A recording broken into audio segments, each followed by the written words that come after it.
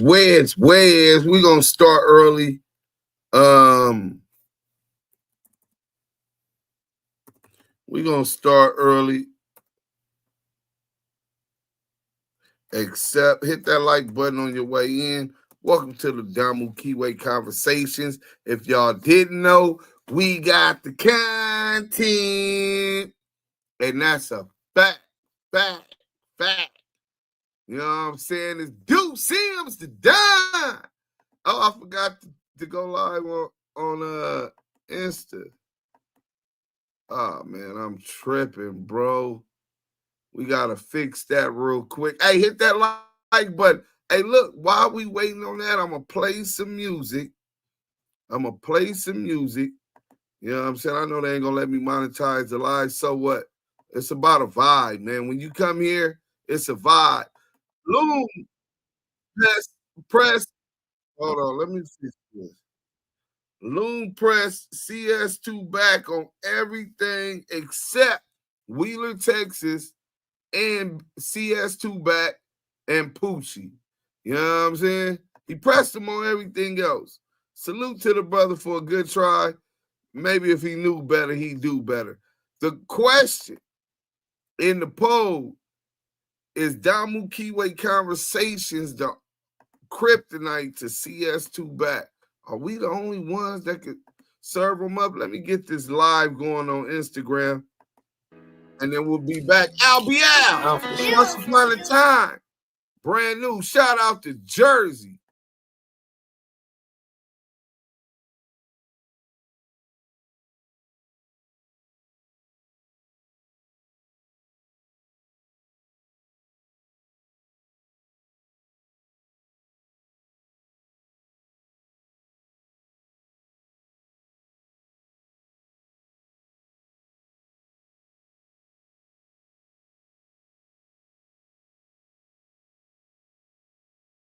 Up out of here. We'll stop sharing that. And we'll close that off. Salute to everybody in the chat. Welcome to the Damu and Keyway Conversations. Hit that like button. Kid the Barber. Damu and Keyway Conversation. Duse M. Salute, bro, man. Salute to you, man. I missed y'all, man. Hit the like button. Binky Mac. Duse M's. Salute to Duse M. Salute to the Damu and Keyway Conversation, homies. Man, we appreciate that. Big Marcus, what up? You know what I'm saying? Larry Jameson, what up? Salute Duse M. Michael Brown, solo blood. Yeah, I'm solo Sherm. What up? Let's get it. 004. Salute to all my fam on Instagram. If you're on Instagram, go ahead and go to Active Chucks on Twitch or YouTube. We live. We also look live on Lamonte Sims on YouTube as well as Facebook. King Buck Wild, F the Union. Hit that like button. Marlon Jones, I F's with your channel. Keep grinding, man. We grinded. I got another release tonight. I might release it in the morning. It depends on how tired I am. Maria putting together some soup for me. You know what I'm saying? 19th on the like button. Y'all hit that like button, man. Hit that like button. PRB Lack. Duse M. Salute, King. Salute to you, King. Southern Force, what's up with you? Man, my good peoples is up in here. J-Boy TV. Shout out. We outside. What up, yo? Shout out to Jungle Boy TV. Megan Davis. Michael Brown, that's a real one. Facts. Yay, area Detroiter. Canteen. Hey, listen, we got it. In fact, we 7 minutes in. Baby Diggs. Bakerfield. Hey, Baby Diggs, I thought you was in Vegas, but look, they just built the new studio in Bakersfield. In fact, they still ain't finished. I'll send you some of the pictures later. Black, how you pronounce that? Ubiquity. That's a good, I gotta see what that word means. But peace to you too, Black Ubiquity. Bo Money, what's up? What's the deal? Salute. You already know. G-Dog, salute to the Damu Kiwi Conversation. Mike Brown. I hope he ain't messing with CS2 back. Ah, man, I don't know if he is. I mean, he interviewed him, but I mean, that's business. He interviewed Charleston White, so he don't come off as somebody who care whether somebody compromised anyway. He pressed them, at least a soft press, but we going to get into it, man, because we got the content, and I want y'all to be able to get this thing. I ain't trying to be here all night. So, damn, that's the wrong one. Ain't that BITCH? Let's go here. I got nobody on Clubhouse with me. That's okay. Y'all ain't got to come on Clubhouse with me. You know what I'm saying? I don't see the, oh, there it go. WACK100 breaks his silence, exposes Big U beef. How he exposing the Big U beef? I think my mama knew about that shit, and that was a long time ago. You know what I'm saying? So let me get to this real quick. I want to spend a little bit more time on Clubhouse because I think that's where, in my opinion, some people would say that Clubhouse took you from a made man to a market. Right, salute. He called me lame. I let him get away with it. That is a rapper, and I will beat the dog shit out of that little bitty ass kid. Hey, wait, just chill out, Give bro. a fuck about. Well, Clubhouse is how I was introduced to the YouTube, what we call the YouTube streets. Right. Remember I tell you we got different divisions. So the first thing they like, yo, why you tell on Kooda B? He's like, I didn't tell on Kooda B. Kooda B told on me. He put the link up. Boom. Daniel Hernandez paid me to go have shots fired at Chief Keef. I could break 30,000. If I could break 30,000, 25,000, 9,000, 7,000, 4,500, 2,500, I don't gotta question you doing me dirty because at the end of the day, no doing that. What's up with you and Jim Jones? He said, what? Jim was the number 2. I was the number 1. What? Mel Murder was sleeping on the floor. He said, you talking about a federal confidential source telling you that you were the number 1, he was the number 1, and that Jim Jones was the number 2, but where's the paperwork? This nigga believed the confidential source, though. This nasty work. CS2 badges, y'all. Took Mel Murder, his so-called big homie, and put him in a spot, helped him get a car, put money in his pocket. Boom, boom. Don't come at me like, what was Jim doing for Mel Murder? Matter of fact, Jim Jones ass was number 2. They had him on conspiracy charges against me. You don't believe me? Boom, he put it up. Oh, phone tap in the evidence. This what's going on, I remember. So to the police on the board, Mel up here. Jimmy just a rapper down here. Yeah, hey, homie, this going on. So how he number 2 and a rapper down here? That don't make sense. Watch this. See, you see the soft press? That don't make sense. How he's the number 2 on the indictment and he's just a rapper. That's not making sense. Look at Wack. He got to hold on. You know, he trying to think. Let's go. I'll tell you what's gonna make sense. How you ain't got a conspiracy? I can guarantee you. Now you're trying to rationalize that the nigga's a rat because a rat told you he was a rat. This should be crazy. Then don't forget, 050 China Brim played the fake work. We gonna get into all of that today. These are some of the topics. Hit the like button. We up. It's on tonight. The feds got you on the line with loose cannon. I don't like how the Big U and Wack man, because they show a lot of the youngsters that red and blue make green. That's a fact. Big U and WACK100 showed the youngsters that red and blue make green. Nah.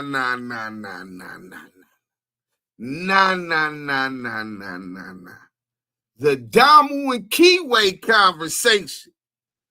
Active Chuck's Entertainment and Active Chuck's charitable org has shown the kids that blue and red make green. Get it right, nigga. Give credit to this rat nigga. We've been pushing this movement.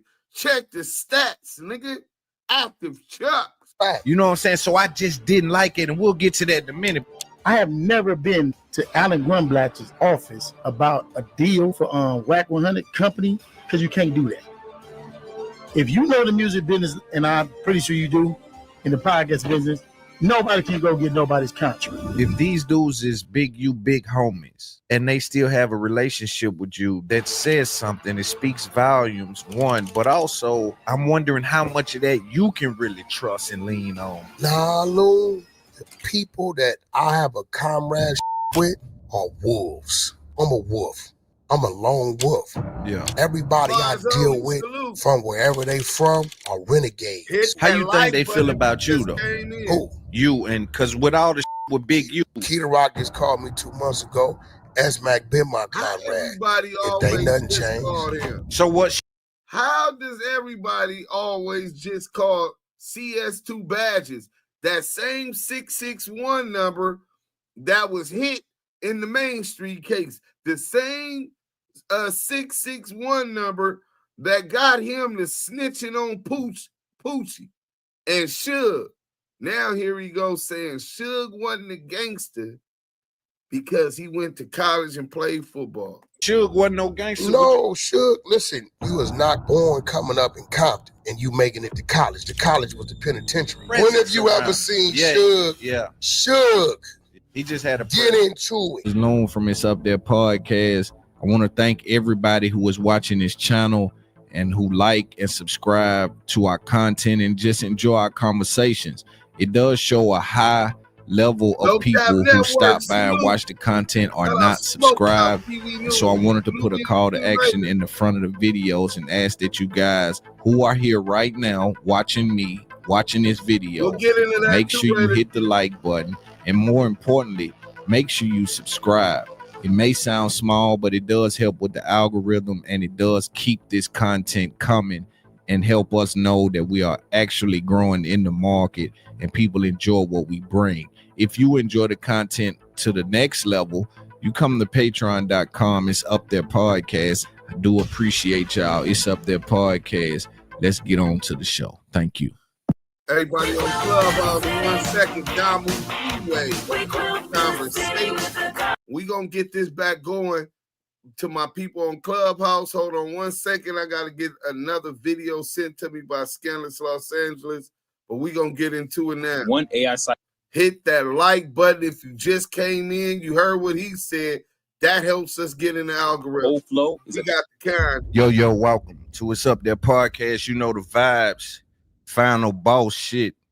You dig what I'm saying? I got a guy who they act like hard to find. Oh. They act like you hard to find. Hard to find. Shit. They act like he hard to find. I got a DM and a text and the time and the location. Man, that boy straight up on me, man. I'm talking about on time. On time too. You know what I'm That's saying? how you know that executive side still in him. You know what I'm saying? And one thing I want to say is ain't no bunch of you didn't know what you was coming into. You push up by yourself. You gotta realize where our generation, it's old saying, you gotta eliminate the hesitation in it. So when I leave the house expecting not to come back. I'm just gonna do what I can to make it back. Facts. So you know, your training is your training, your intuition is your intuition, your gut feeling is your gut feeling. You know, every day you was popping up on my IG feed. Yeah. Right.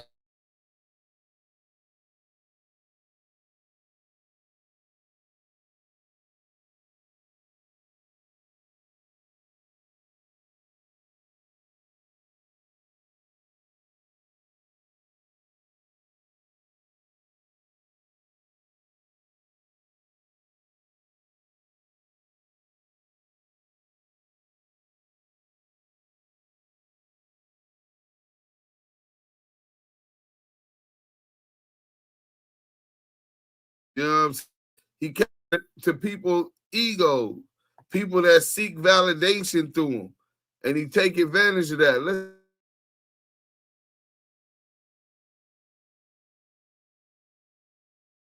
Let's get back to the content. I don't know why it's doing this, but to our content and just enjoy our conversations. It does show a high level of people who stop by and watch the content are not subscribed. And so I wanted to put a call to action in the front of the videos and ask that you guys who are here right now watching me, watching this video, make sure you hit the like button. And more importantly, make sure you subscribe. It may sound small, but it does help with the algorithm, and it does keep this content coming and help us know that we are actually growing in the market and people enjoy what we bring. If you enjoy the content to the next level, you can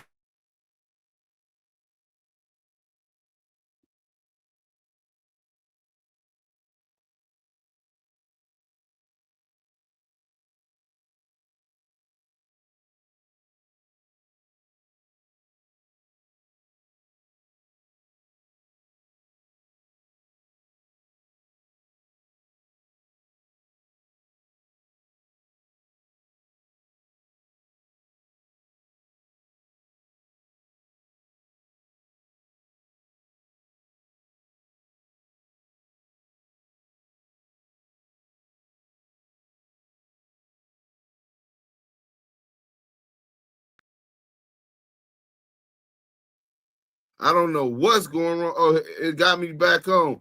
I don't know what's going on, man. I'm finna call.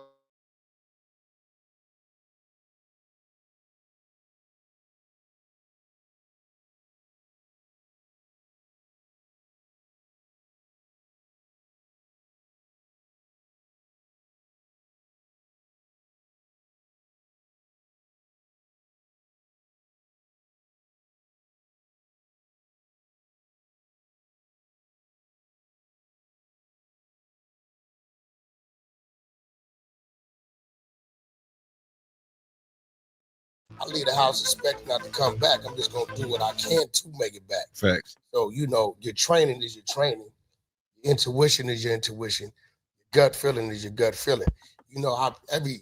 Every day you was popping up on my IG feed. Yeah. Right. So I said, let me go check the brother out because I didn't know who you was. Right. So I'm checking you out.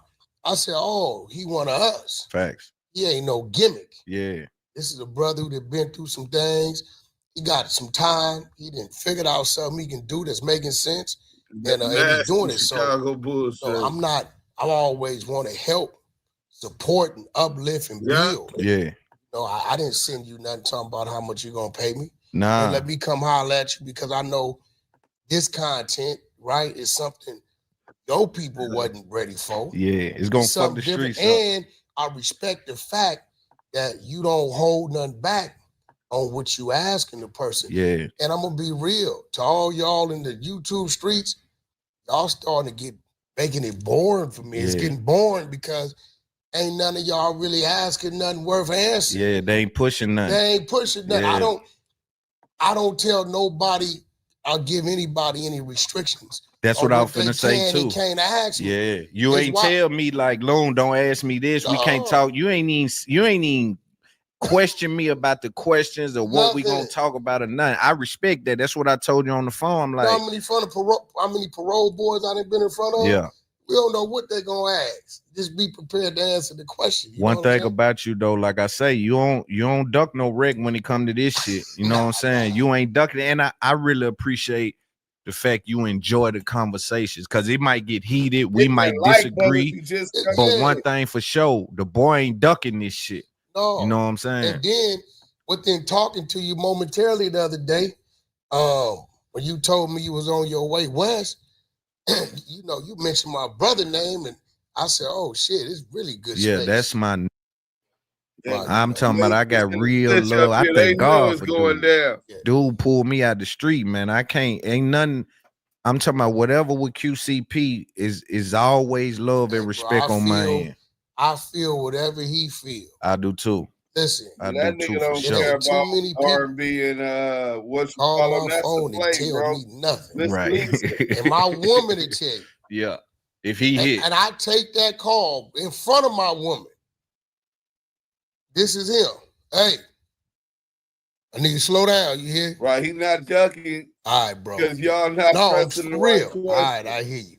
Right? She know who it is. Yeah. but she love and respect him because she know what he telling me is for my own good. Right.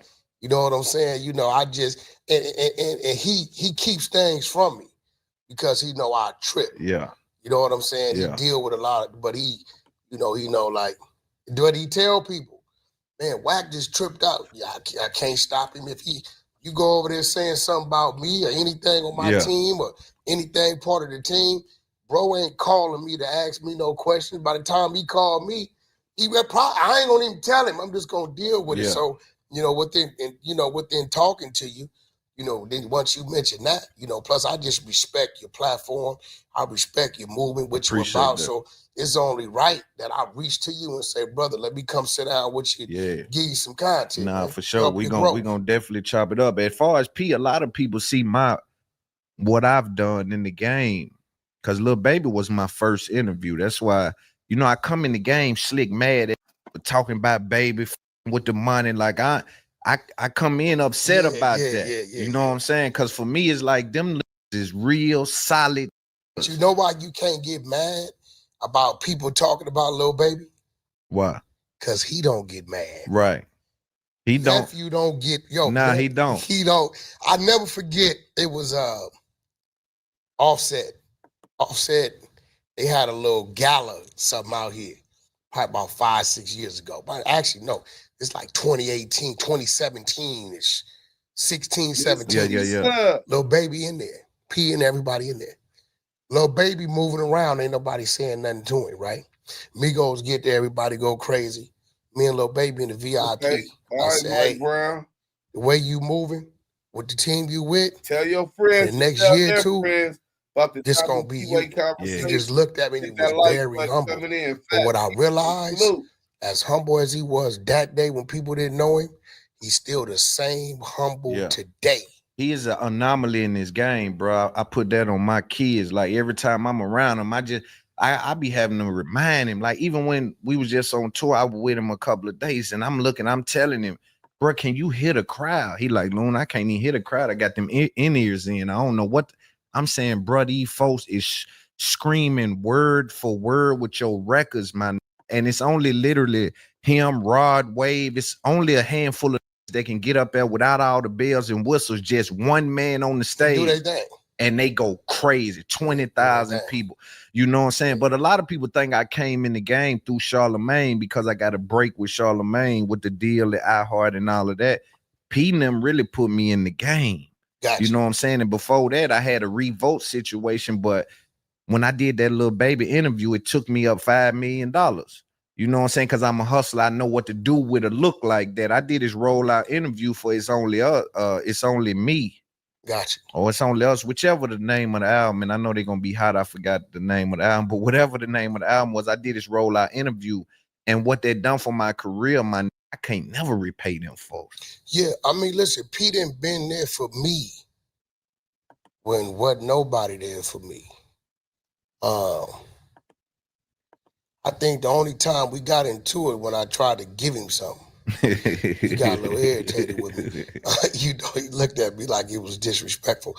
Blueface. Hit that like button. Very instrumental in me breaking Blueface. For real. I had a relationship with Cardi B previously because me and K Slate, my big brother, may rest in peace. I was the vice president of Straight Stunt magazine. So we would do our Straight Stunt magazine. So now you was vice president. Back then, Cardi. Remember he said he was partners with K Slate? Like he owned it. Now you was a worker. It all comes out, man. Just let a nigga keep talking. These niggas expose themselves. Hashtag ETE in the chat. Expose the exposers while edifying through entertainment. Hashtag he was still dancing. Right. So when she would come to the VIP, they be trying to rotate them out. Yeah. We would let Cardi just stay in the VIP and get her money. You know what I'm saying? And so when it came around, P was managing Cardi B at the time. Cardi B was already on her way up, but because I had P there, P was able to put it in front of her and be like, yo, this Wack, I know y'all got a relationship, that's my brother. So she did the verse, did the video, called me personally and said I'm in town, but all the studios shut down. I called French. French was in Morocco. I said, I got Cardi. I need the studio. I need to take her somewhere she comfortable at. Yeah, for sure. French got his spot up the way. French opened the studio up, brought Blueface in. She laid the verse, showed up, did the video. She only had one request. She wanted my red bandana Chevy there. Yeah. And did the verse. And when I went to go try to give him something, it looked to me like I was crazy. So, yeah, money don't spin over here, man. Reality TV. I'm QCP as QCP is me. That's my brother in a different way, right or wrong. Yeah, me I'm too. telling people, listen, it don't matter. Don't call me. Ain't nothing to talk about. Ain't nothing to talk about. You know what I'm saying? When you talk about Cardi B, what's your relationship with her now? Great. I still when she wanted to call me, she called me when it's time to call me. When it's my time to call her, because I know her. Certain things get to going on the internet. I text her. I still got her direct, and I like, hey, don't feed into that. Yeah. I know Cardi. She a good person, but she's a female, and she's a female that comes from something, and she's a female that carries a lot of weight. Yeah. Right. Her life is her life. We just coming but in. The way she carries the life she comes from, she can't react in those ways because of who she is now. You get what I'm saying? So I reach out to Cardi because we got a personal relationship, and she knows when I respect her, and things I'm telling her is for her own good. So we still talk whenever her and her her ex-significant other going through things. She know that I'm talking to both parties. She know if, something she need to know or find out. Offset the same way. Them little used to be in my ghost pressuring me to take them to Taco Bell. These niggas go to Taco Bell, run the bill up to 200 in the drive-thru.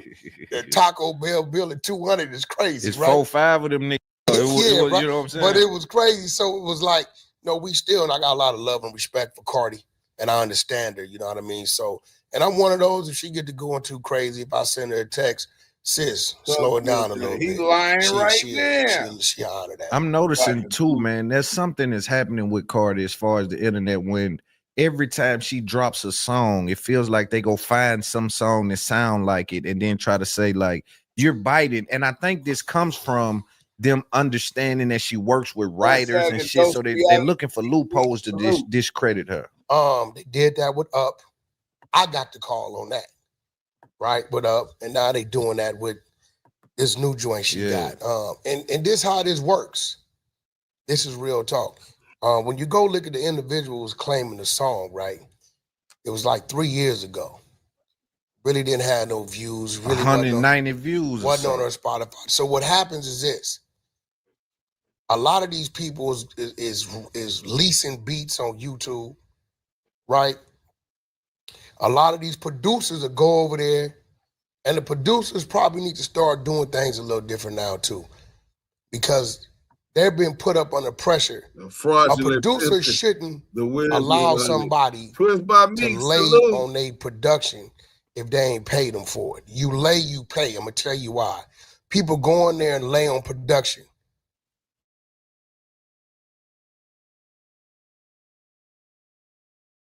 But then they never do the business of it. Track over there. So they'll go put it up to see what it do. If it don't do nothing, it's kind of like they threw it away.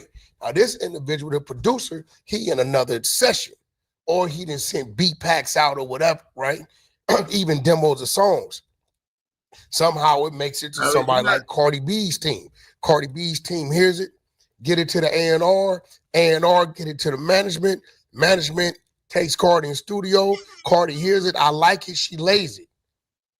The producer ain't never been paid by these other people. Right. He probably don't even know because it got 190 views. It's even up anyway. Right. Cardi lays it. It goes up because it's her. Now you claiming she couldn't steal nothing. She ain't never been in the studio with you. She don't know who you are.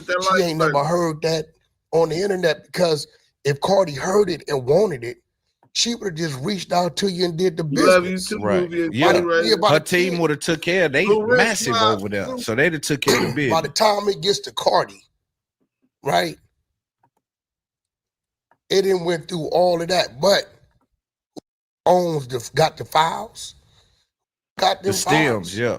That's who owns that You know what I mean? If you ain't got no producer agreement, if you ain't cleared the set, you ain't did all the business that I know Atlantic did before they put that out, you just talking. Yeah, you just talking. But I still think it's interesting because that's bullshit. These people. So let me explain this real quick, right? Matter of fact, I might could show y'all something. I'll show y'all later. Joey Westside, that song had way more views than 190 before Cardi got on it. I don't even know what song they talking about. But what he's trying to do is say that they got the stems, which makes them the owners. No, the producer can send anybody the stems. And then they have beat packs where they have unlimited licenses, where you might buy a chorus and a beat with unlimited licenses, meaning you can make some money up off of it, but they're getting their mechanical royalties for production and the chorus of the song.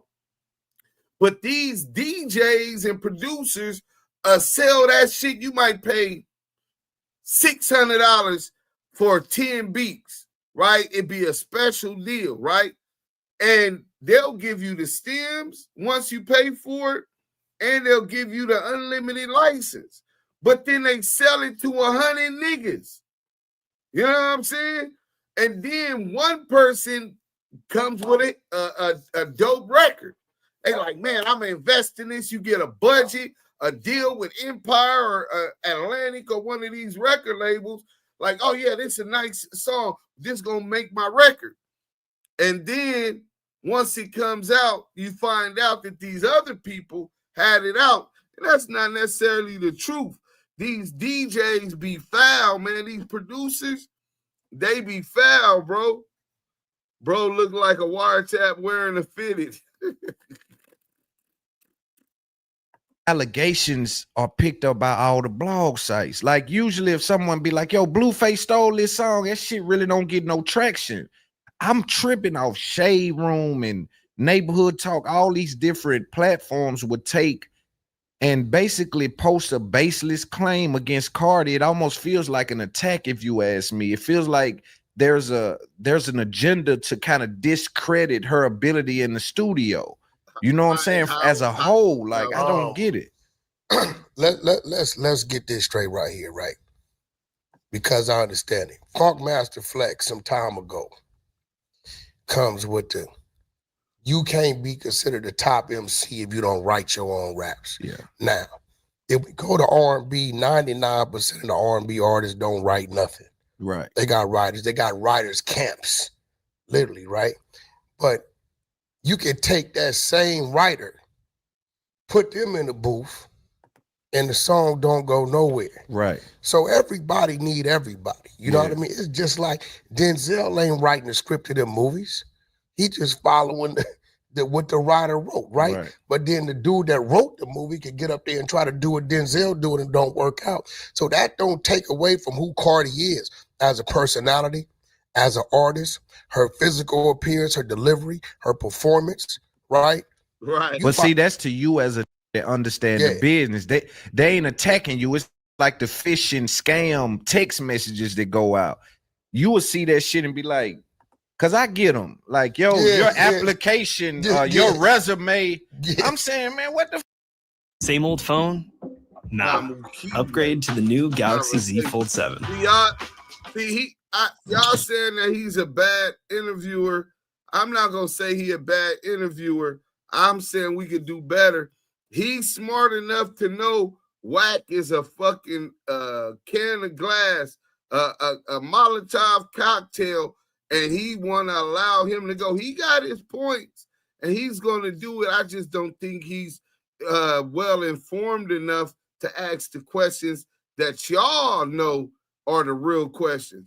I agree with y'all on that, but I do believe as an interviewer, man, he's setting a hell of an example. I can learn a few things. He's allowing Wack to take it where he wants to on these basic questions. Let's go. For the people who don't know that this exists, so it's attacking the casual fan of Cardi B. It ain't gonna work on a like you or me that understand the business.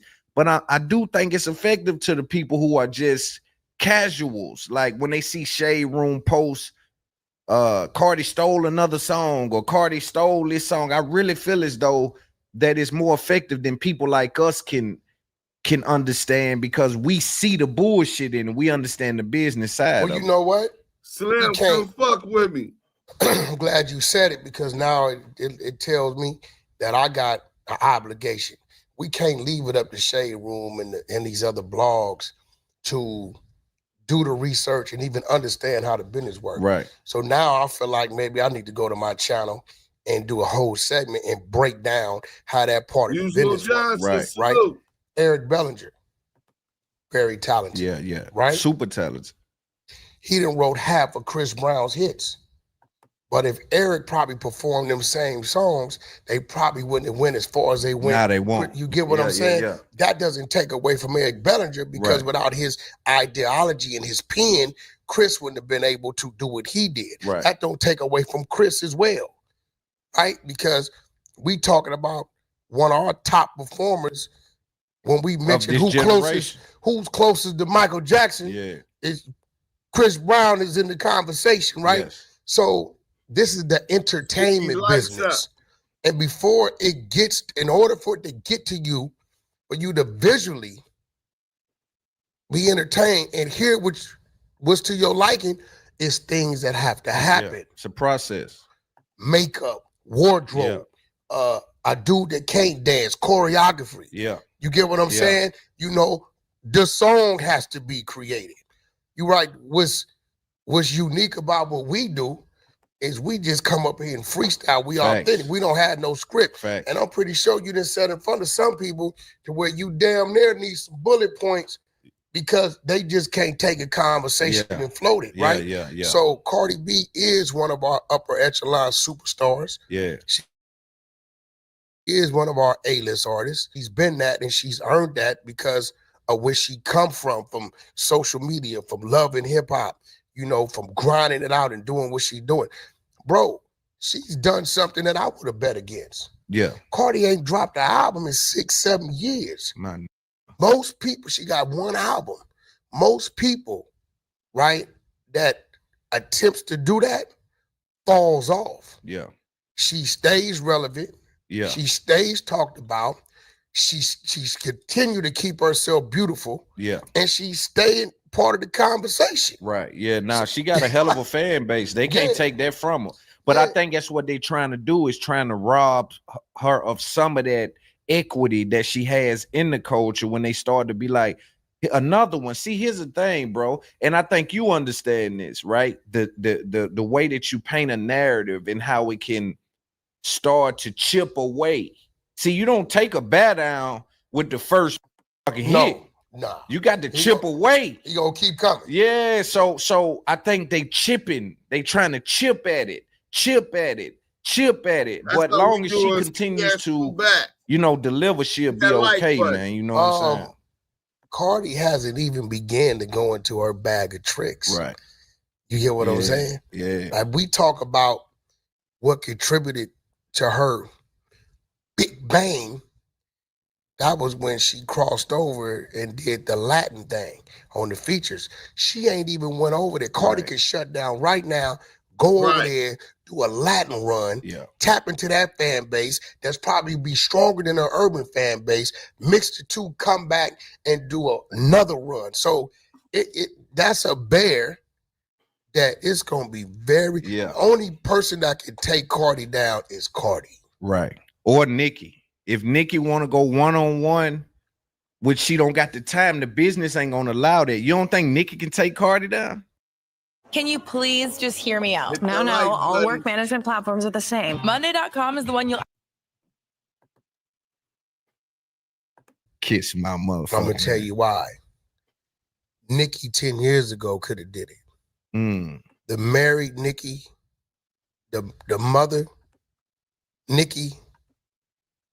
She don't got that venom no more. She ain't got that venom no more. Now, if you come at Nicki, she gonna stand up and she gonna buck. She been up under that Cash Money thing day one. She don't know nothing but to do that. But, you know, at this point, the only thing they can do as women in this game is avatar, plug into each other, uplift, right, and get on the tour and make a run. Yeah. Right? And I would love to see them do a tour to where it ain't no fight on who gonna headline. If it's 30 dates, 15 shows you headline, 15 shows she headline.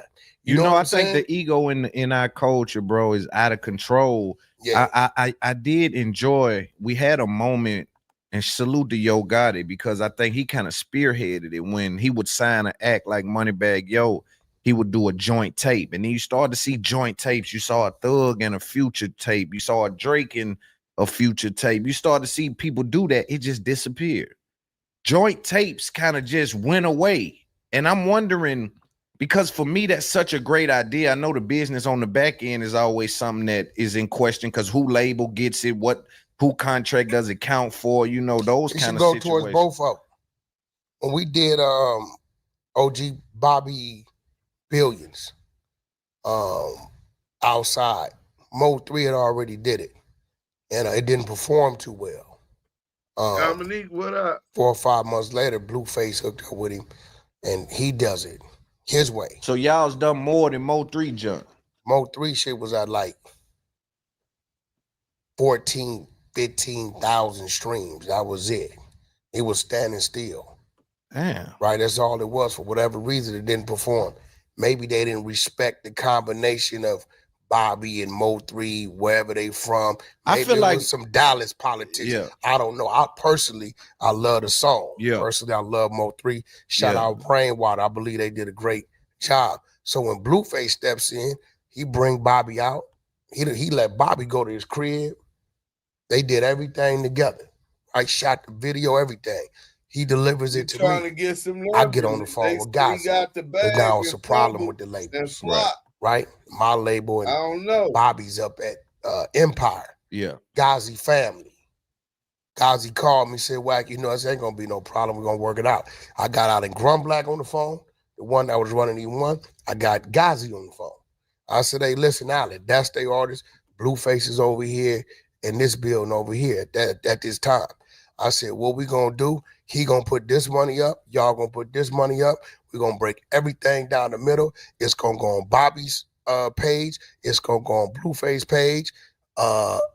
Empire is better, got a stronger team at doing these things, and we got a stronger team at doing these things. Mm-hmm. So we're gonna attack this and we're gonna attack that. And it was cool. We let it go. We shot past, right? We shot past so strong. Let me tell you what they did.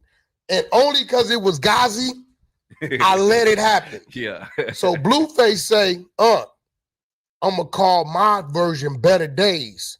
So they know the difference between Outside, what Bobby and Mo 3 did, and what Blueface and Bobby did. So ours was called Better Days. When they looked up and saw 20 million, 30 million, 40 million is growing, they turned around and changed the name of the Mo 3 version. For real. I didn't know that. And called that Better Days. Right? So what they did, they put Outside. They piggybacking. In parentheses, Better Days. So now when people come to look for the joint, don't neither one of them say Mo 3 or Blueface when you go look at Spotify. Right. You got to dig to see that. They starting to hit the other one in search of the other one. Right. So what it did for Empire, right?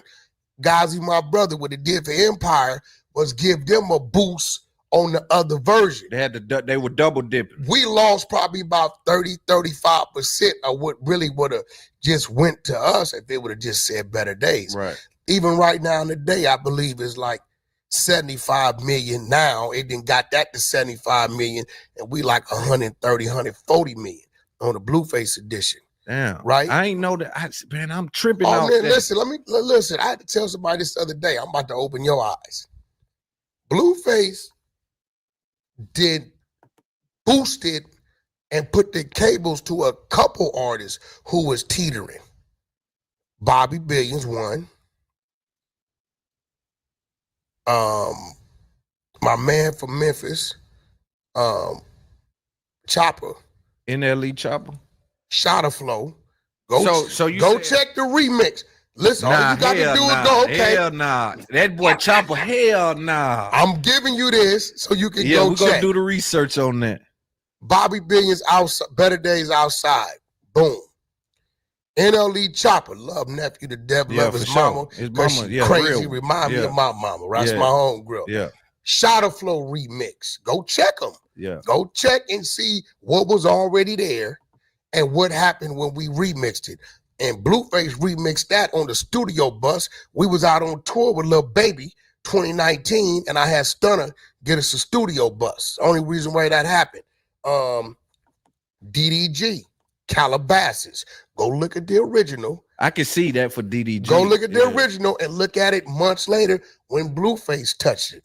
Calabasas. Did y'all charge DDG for that? Nah, not at all. Is him and Blueface still good? Do we show him support? Oh, okay, brother, cool, DDG cool. Shout out DDG. And say Blueface needs something. What he needs out DDG, every man. week. DDG solid. Yeah. So he did. So that's 3. That's 3 of them right there. Yeah, and that's, you know, most ain't did niggas one. ain't like. Visit the cost cutters near you today and get the cut you want at a price you'll love. Hey, he's in full-fledged, he in rare form. Hey, y'all remember Purple Rain when Prince was performing right before he performed Darling Nikki, and he told Morris Day, the kid's in rare form tonight. Packed house. Right now, CS2 back in rare lion form. Blue probably got about 3-4 platinums and 3-4 golds. It's a lot of money. People don't even.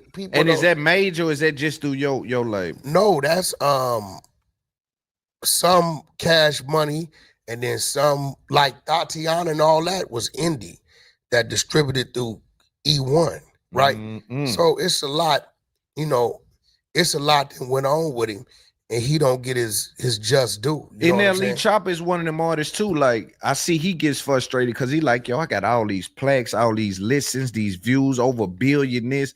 And when they talk about the young, they just act like he ain't one of them ones. Now, I will tell you this now, because I got a lot of respect for nephew. A lot of them. I remember when he didn't have a mustache, right? I got a lot of respect. He came in young. I'm gonna tell you a few reasons why, and I've never said these things to him. One, when people thought it was over for him, he kept grinding. I look up, he done created diets and all kind of shit, you know, health, whole health run. Right. 2, he become a fashion statement. 3, I'm gonna tell you what was more gangster than anything with nephew. That like button on y'all way in. Everywhere he go, he has a brother that's from the community. His brother be right there with him front and center. From the community. Most rappers would have tried to back, nigga is in rare form. He got a brother that's from the community. Y'all know what community he talking about, right? B-dubs, nigga. Y'all don't know what the B-dubs is? Hashtag CS2 badges and hashtag the community, hashtag BW. Beat up. Y'all don't know what the community is that he talking about? That was less of a debate, more a deposition, right? He gonna be cussing them out on Clubhouse next week. He sidetracked on if he had anything to do with making the money. Yeah, Blueface 39 million, Mo 3 outside 195 million. Wack fumble like 90s Motorola's. This the first time since Blue been locked up. He talked about him. He is a bad manager. Yeah, Mo Hill's the Yag. Exactly. CS2 badges, the community hashtag broke wrist. B-dub broke wrist. 5-0 Loon had the transcript ready before he could lie. Oh yeah, Loon was for him, huh? Let's get back to that. Is that Clubhouse? No, B-dub is broke wrist. You know what I'm saying? The broke wrist. That's the community he's talking about. Oh, shit. Hold on.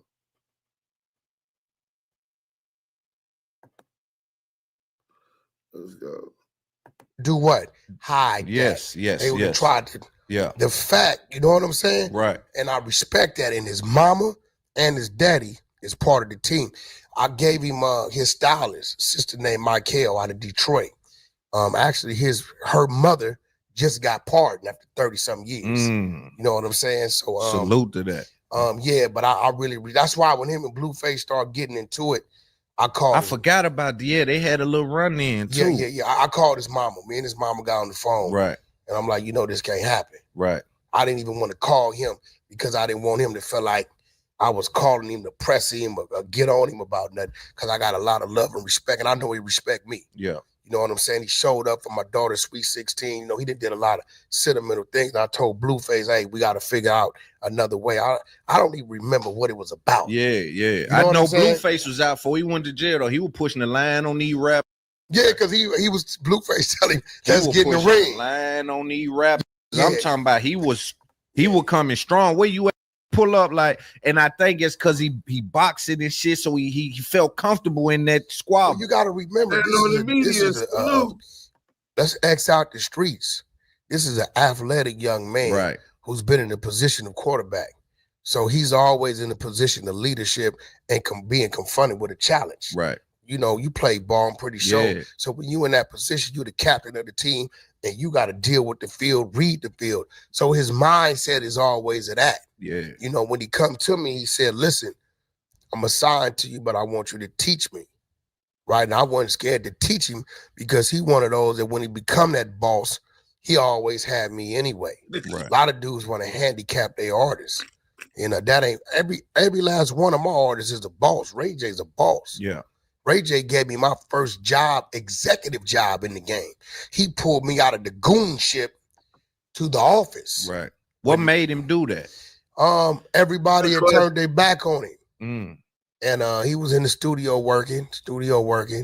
And he knew I had a relationship with DJ K Slay.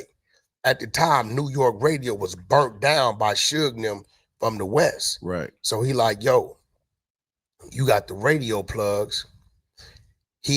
Detail was homeless in Detroit. Ray J don't get a lot of credit for things he did. Detail was homeless. Ray J moved Detail out here, letting him live in his mom's house. From that came Sexy Can I.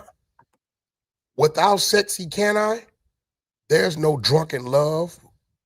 There's no deep because that song is what gave Detail his notoriety. Look, Akon got hits. Everybody got hits out of him. It was because of that move. Ray J seeing this man homeless and took this man and brought him back, let him stay at his mama house. Got a shout out to LA Buck, LA Young Buck. He was instrumental in that too. And from that came Buck don't even fuck with you like that. Buck part of that, he sounded like he part of that community. I had he wanted me to interview him. I didn't want to interview him though, because it wasn't nothing solid. Let's go. Sexy Can I. Yeah. You know what I'm saying? And from that, I thought that was a Hitmaker record. What? No, that was our record. What we did is he's a goddamn lie. Let me write that down now, because we're gonna go through all of his motherfucking lies. So he said Sexy Can I was their record. No, nigga, you was a security guard for Ray J at the time.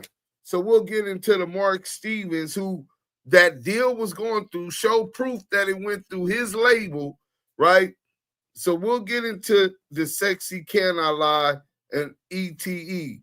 You know what I'm saying? Being their record. You was a fucking a bodyguard for Ray J for the Sexy Can I, released by Deja 34 Records. That's Money Mark Stevens and Shaquille O'Neal. Let's go. Allowed them the license. They paid us to put it on Young Bird's album. Yeah. They paid us 6 figures to run it bow-legged. Right. That came out on All I Feel, Ray J's album. Okay. And, but then right after that, they put it on, they let it flow to that album. And it was for a reason, because see, you got to remember, if you got a song that already did numbers, right? Right. When you put it on another album, it may not go to the first week. Well, back then it was going to the first week count.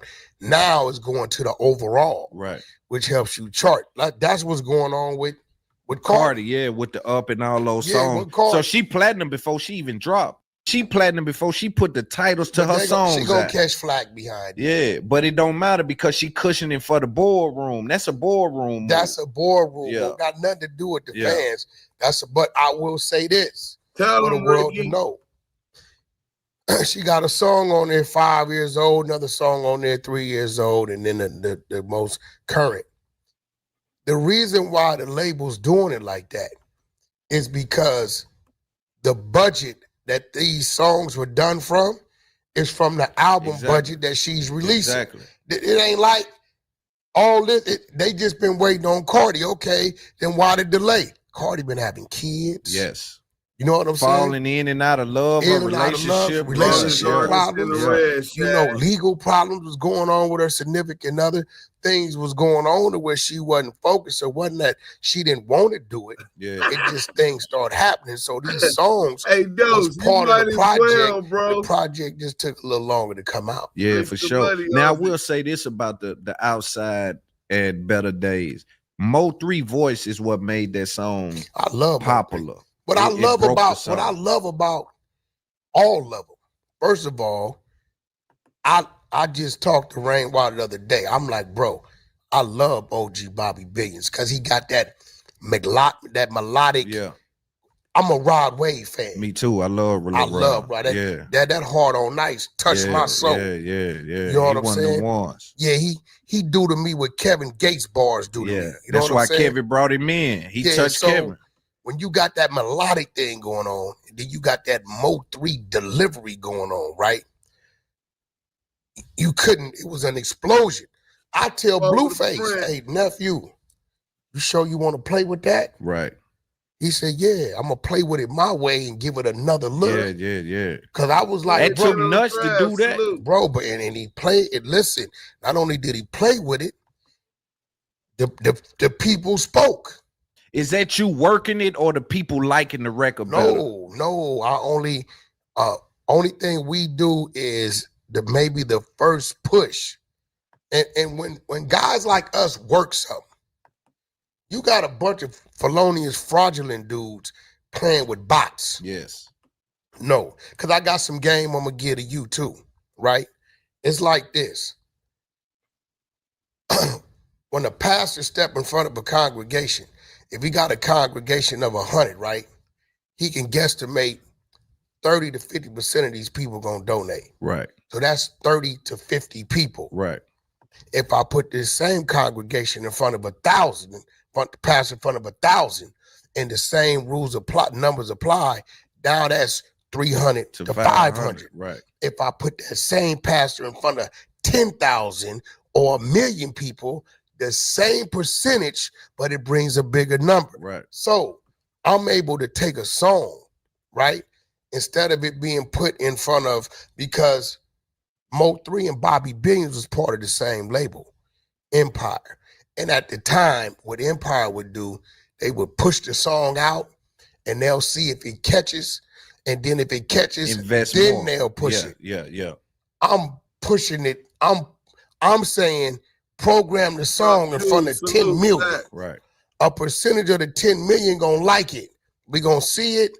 They gonna stream it. We gonna tap into their analytics and see who they fan base are. And now we gonna put the song in front of them. And then we get off of it and let it naturally do its thing. Right. This is why when Spotify was doing this sweep, you never heard of Blueface, a Game, or Ray J's music. They still doing it. Being pulled down. Right? There was a whole lot of cats we was hearing. They got Kendrick. Hold on. We got Unstricken Mentality in here. Salute to Unstricken Mentality. He says that Wack lied the whole interview about Tupac, Cardi B, Suge Knight, and he admitted Reggie Wright is his handler to destroy the whole death row history. Also, he's spreading lies, rumors, gossip about New York City, which is the Statue of Liberty. Hey, man, we definitely was going to allow you to hear, because I hadn't seen this. I still haven't seen this whole thing, bro. Once I seen it, I said, I got to go. And that's just what I just did. So, Poster had allegedly lost a lot of listeners, and people are losing listeners for whatever reason right now. Now, see, with Kendrick, I'm going to tell you why it's a little tricky. You're dealing with two powerhouses that know the game, right? So if I'm on the other side of it, and it's just me speaking, right? I know some things, but I'm just going, I'm going to speak in general. If I'm on the other side of it, I'm opposing Kendrick, right? And I'm knowing, God damn, this song is moving. I see it organically moving. And I'm like, at this pace, because I've had songs that moved at this pace, I know where it's going to end up. I could hit my team, hey, hit them people over there in India, body them up. Here, take this 30,000 and put, I want 5 million bots on there. They doing all Then you sit back and you wait, right? Kendrick them ain't doing nothing. It's organically growing, right? And then you say, oh, I think this is going on. Well, you know what's going on because you're the one paid to do it, right? Kendrick and them is smart enough to know that when you going head to head with another powerhouse, you can't play no games. Now, this is why I say this. When you look at the other side of it, it's squeaky clean. That's facts. You understand so what I'm saying? So you think it's zero? Yeah, it is crazy. Bro, listen up. I'm getting see the other side of it being squeaky clean tells you, do you really think Kendrick Lamar and his team, knowing, remember, Kendrick's first world tour, he opened up for who? Drake. Yeah, he telling on that. So common sense Drake got tells you that these people know that they know the game because they was doing it before them. You think this man is finna roll the dice on doing some fugazi when he know that these people understand it just like he understand it? But when you look over there, it's squeaky. If you know you calling somebody to record them, right? Everything about your conversation gonna be on point. Lord. Yes, Lord. That you asking them shit to trigger them because you know it's still recording, right? Okay, there do you think Drake literally has zero bots? I just find that hard for any artist to have zero. You come from where I come from. Now I got you looking at it another way. Now you like, hold on. I don't think no artist has zero bots. Like your cousin told you, hey, they coming. When you come through the park, they finna make sure you clean. Right? And stay off your phone because they got you tapped. You 2 blocks from the park, but you got enough time to pull over. It's some bushes over there. That's what it feel now like. Watch it. No, watch how it work. You come through the park, right, Loon? Why does it always feel like your goals are so far away? With cash, y'all hit that like button if y'all just getting in. We gonna break this shit down. We talking about whether he on loose cannon wiretap, the big U 20,000 wiretaps. We gonna talk about Deja 34, the sexy canna, and other shit. So y'all think this is it? Nah, nigga. We got the content. Hit that like button. The content. Everybody that usually got what they got, they little weed, they pills, they guns, got them. Everybody know Loon is known. He ain't never not got it on him, but all of a sudden they didn't tow your car up, stripped you naked, ain't nothing there. Some of them Negroes gonna say what? You think Loon has something to do with this? They gonna instantly think they that. This is how it is. So sometimes when you see the perception, and I hate to say it because I still have nightmares because at a early points in my life, you know, trickery and deceit worked against me because I didn't understand it. Me too, You know, when somebody, this dude got a problem with this dude and here's a problem over here, so he'd come tell you what he really did to him, he did, so he could kill 2 birds with 1 stone. Then you find out later in the game, dude ain't had nothing to do with it, but the whole time it was about his broad, right? So, you know, when you dealing with these type of things, is there. The younger generation ain't gonna understand it. Respectfully, we bragged about selling the dope. They bragged about using the dope. So when you using the dope, your scruples here ain't doing this. We don't sleep, we rest. I can tell you right now, you done got up several times, 1, 2, 3 o'clock in the morning, and there's something here, you got to pull it out. You pace in the backyard, you just, you know, it's something you thinking about, right? So the youngsters, anything you tell them, they going off with their hand. I hate that they for ain't them thinking too. about it. Yeah, I hate that for them too, man, because they lost in La La Land. You could tell them anything, they gonna move with it. You know what I'm saying? And but you understand that again, we're gonna get to some of the narratives that because you're a hell of a with the narrative shit. You know how to paint a narrative, turn a narrative, twist a narrative. I protect a lot of people, but some people is like, I give warning to a lot of people that only they know I'm giving them a warning. You know, I might say something and only they know what I'm saying, but it's like, stop playing. Yeah. You know, because, and people, the biggest thing I hear is, how does he got all this information? Yeah. This is the biggest thing. First, whatever's court documented is public record. First of all. Now, if we don't know you, we don't know you. But once we done bumped heads, like I got that Clubhouse app, I done took that app and turned it, that's a straight penitentiary. I got divisions. Yeah. If you go on Clubhouse and say, who's the queen of the 100 side, they're going to say R&B. Yeah. What I think is funny, I got security, I got spies, I got research team, and the exposure. Hey, so hold on. He got security and he got spies. Do you know who he sent all his spies on? Stand on the media, you in the chat. Could you please allow this dude Dun Dilly? Look at Dun Dilly. Everybody, wait, hey, Dun Dilly. All your content is about WACK100. You obsessed with that man is very weird. I'm obsessed with him. Well, not all of my content. I got some really good content, great interviews. I kind of made my name off of those great interviews, exposing this bitch ass nigga. So it ain't weird. That's the op. The same op that had spies on me for years. Spies on me for years on Clubhouse. This nigga just admitted to it.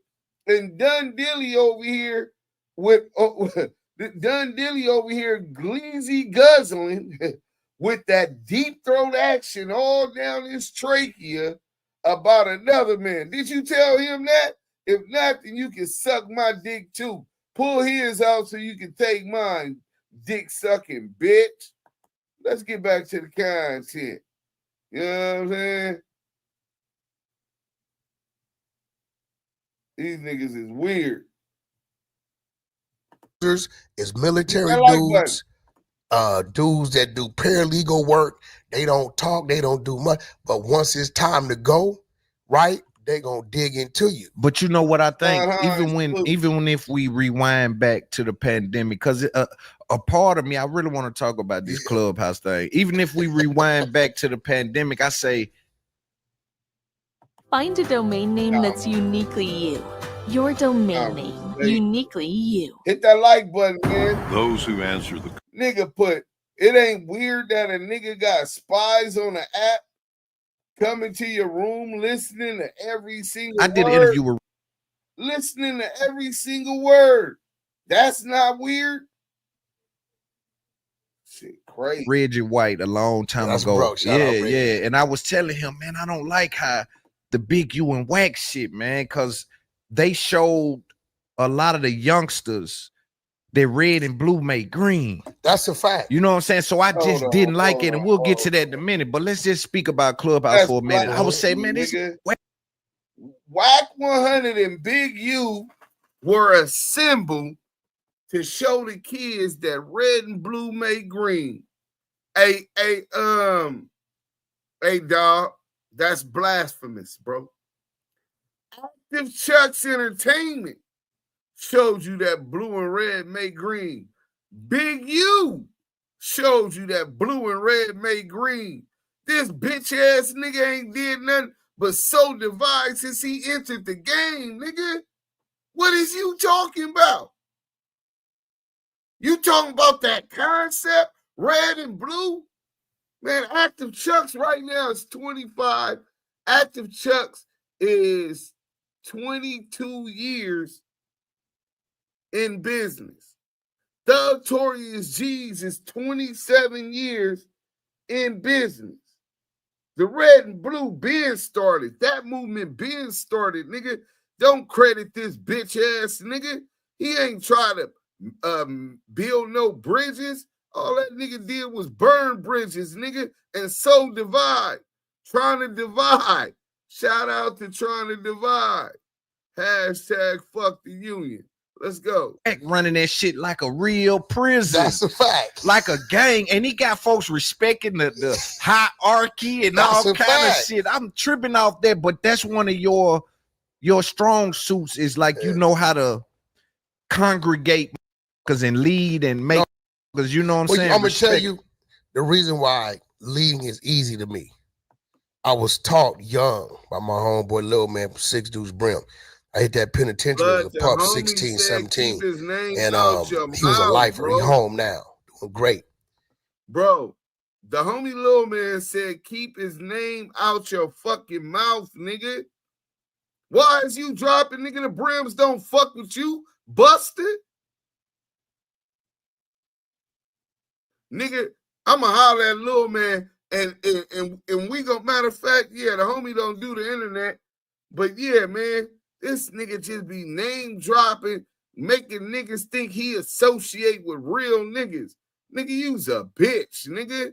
He said you got two ways you can do it.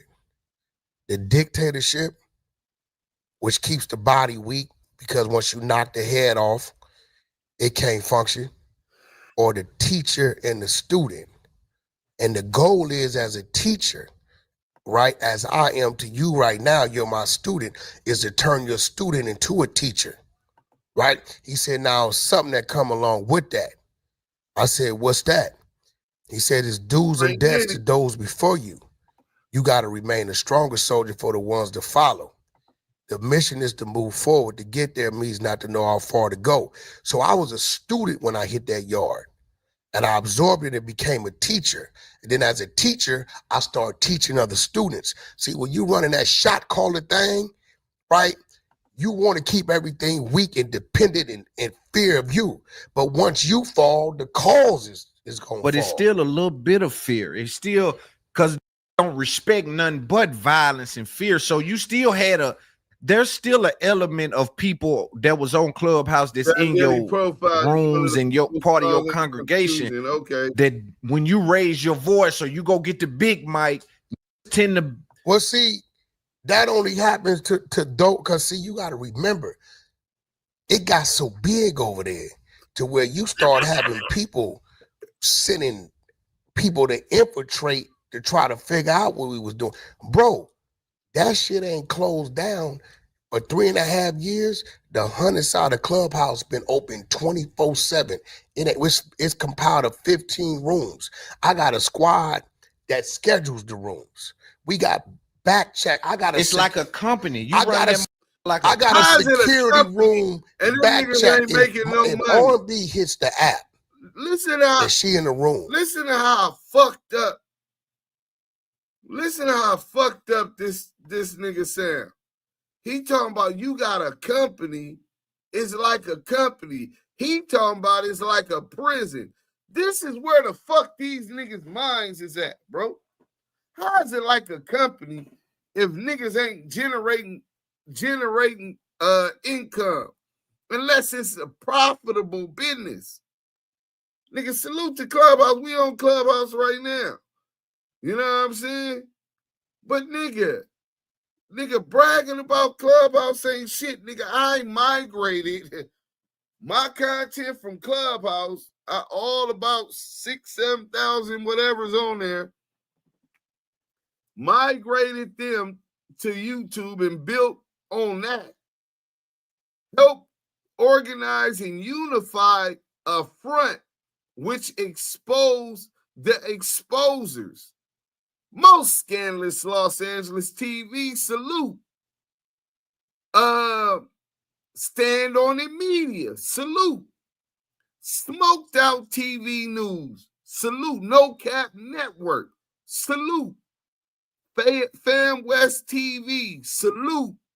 And the salute to all the usual Johnson. One of the OGs with the ETE. Y'all act like y'all don't know about him. And one of the GOATs, a dose of reality TV. A dose is monetized now. Scandalous is monetized. Smoked out and seen money up off this shit. What is they seeing on Ebony? How much money you made on Clubhouse? And I ain't talking about the fraud shit y'all was pulling, the fake ass contests and bags where y'all was stealing money. How much money Ebony got on there? Sabrina Ortiz, I celebrate you guys for going in on WACK100. He is nothing but loud mouth. Make sure you subscribe, Sabrina Ortiz. I'm not sure I've seen you before. And I'll make sure if I see you subscribe to the channel, I'll follow you back. Salute to you. Agency talk, it's about to get crazy. Always naming his handler Loon is a bozo. Damn, they own Loon now. Wack said he selected politics. Watch, talk. What you talking about, LA King? That is weird. Just like 600 on live every day, telling people to FaceTime them and asking people to show them their background and take screenshots of people showing they blowers. Wack and Big U situation shows everybody that a fake friend would put the feds on you when he's really jealous of you. Why you hate him so much? Y'all met on Clubhouse. And why you defend him? Why you love him so much? Nigga, you his lover? You his lawyer? What is you? What is you on, nigga? Let's go. You want to take what he got coming? And she started having a back and forth. One of the spies is going to send that link to where she's at. They're going to say the queen getting into it. The security of the hunter side, beast, you know. When you say security, you basically just talking about just finna come hollering and screaming and get your ass off. You know, you got homies out your block that can say the most heinous shit, bad, talk about you like, right? I got a squad of these crazy people that's what they do. I got administration people when it's time. If I say, yo, Loon coming to Clubhouse, they going to go create PTRs, the artwork with you. They going to have the room in uniform, the questions they going to ask. They, like, you know what I'm saying? You running it like a company, man. Like, but I wonder, because again, let's back up to the pandemic time. You had no interaction with social audio before that. DJ K Slay, he made me get on the internet. We fought. WACK100 was created because of K Slay on Instagram. He made me stop, pull over, pull out your phone, download the app. I put in Wack, it wasn't available. I put in WACK1, it wasn't. If WACK100 wouldn't have been available, I'd have been WACK1000. Right. WACK100 was available. Right? So K Slay, I never forget, he said, hey, little bro, they got this thing called Clubhouse. He said, there's a few things going on I don't like. They got all the celebrities over there. Invite only at that time. It was invite only. Yeah. He said, but the celebrities, some of these clowns, be talking down to the regular people. Now, K Slay is a dude that likes to mingle with the regular people, right? He said, I'm going to have somebody else send you an invite because whatever you do, the invitee get in trouble for. Right. And I know you finna come over. I don't know what you going to do. And sure enough, I came over there and it would be some celebrities talking crazy or talking, belittling the people. And I'd be like, bro, what's up? They were like, who is that? This Wack. Wack. I'm like, yeah, you remember? When you was in the studio, you the one got slapped in the studio and stripped. That's you, right? So when word got out, Wack on Clubhouse, all the ones who knew they had the dirt either humbled themselves or they left. Right. That's man, that nigga ain't got no damn dirt. Shortstop in the Field podcast says CS2 was never Big U friend.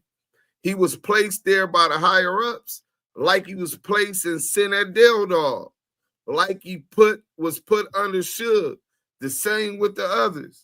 That's how they move them around on targets. Good comment, Shortstop in the Field podcast. it still fuck the union, though. Crazy to me, man, because there's a lot of them, Loon. Yeah. Loon, you got to remember, I'm one of one. I'm the only one like me that come from the generation I come from in the business and know what I know and have seen what I've seen that will voice it and stand on these platforms. You got a lot of people that know some things, but they not gonna sit there and they ain't gonna talk about it. But you got a lot of people been on it on the street side, but not on the corporate side. I done been in the building. I done been over here. I know about that. I was there for that. I was there for this. That's why me and Reg get along so well, right? And when Suge go to playing, every now and then we gotta like spanking, like bro, Gones. I don't know why you would want to whack Reg and Ray J. That's bad. What are you doing? Yeah. What do you understand? The shit we know? Yeah. Cause Reggie know some shit. Mob James did what he did. But what you can't take from him, without Mob James, the stigma of death row wouldn't have been there. So he was pushing the line. He brought the strength. Can't nobody, all these names you hear, Bunch Real, Timmy, them Mob James little brothers, his real little brothers. Right. Mob brought the strength. He brought the gangster shit over there. Yeah. You know. So what, Suge wasn't no gangster? No, Suge, listen, bro, put it like this. You was not born coming up in Compton and you making it to college. The college was the penitentiary. All you got to do is look at his age group and his age bracket, and you tell me how many people either your ass died or your ass was in the penitentiary, right? Right. He got the money. He grew up over there as Reggie grew up over there. But Reggie was a cop. Right. His father was a cop. So Suge played it right. This wasn't just a cop he hired. This is somebody he knew that grew up over there. Yeah. Mob James them over there putting in work. Yeah. They on some street shit. Man, listen. That nigga made the biggest mistake by hiring them cops. Jimmy Iovine, another small hat. Hey, now see, one thing about a good house nigga like WACK100, they always bite the bullet for massa. Oh, don't you say nothing bad about massa. Now, you can say something about me, but don't you go ahead and put no blame on massa. Jimmy Iovine told Suge Knight that he needed to hire some real police officers for his artists. That's a fact, nigga. That's a fact. That's why he was hired a right way security firm and Reggie Wright Jr. Nigga, Jimmy Iovine pushed him to do that because more than likely Veggie wrong, pork butt spread false propaganda and rumor so that Suge thought people was coming to knock him down. Let's get to this. And plus the Snoop Dogg shit that just happened. Let's finish this though. They hustling, right? So Suge got the bag and he brought them around him. But see, what happens is when somebody like you come where you come from and get the bag, we hustle on the block to get off the block. Exactly. When you a dude that never was on the block and you get the bag, you run back to the block. That's a mistake. You want that notoriety. Yeah, it's a mistake.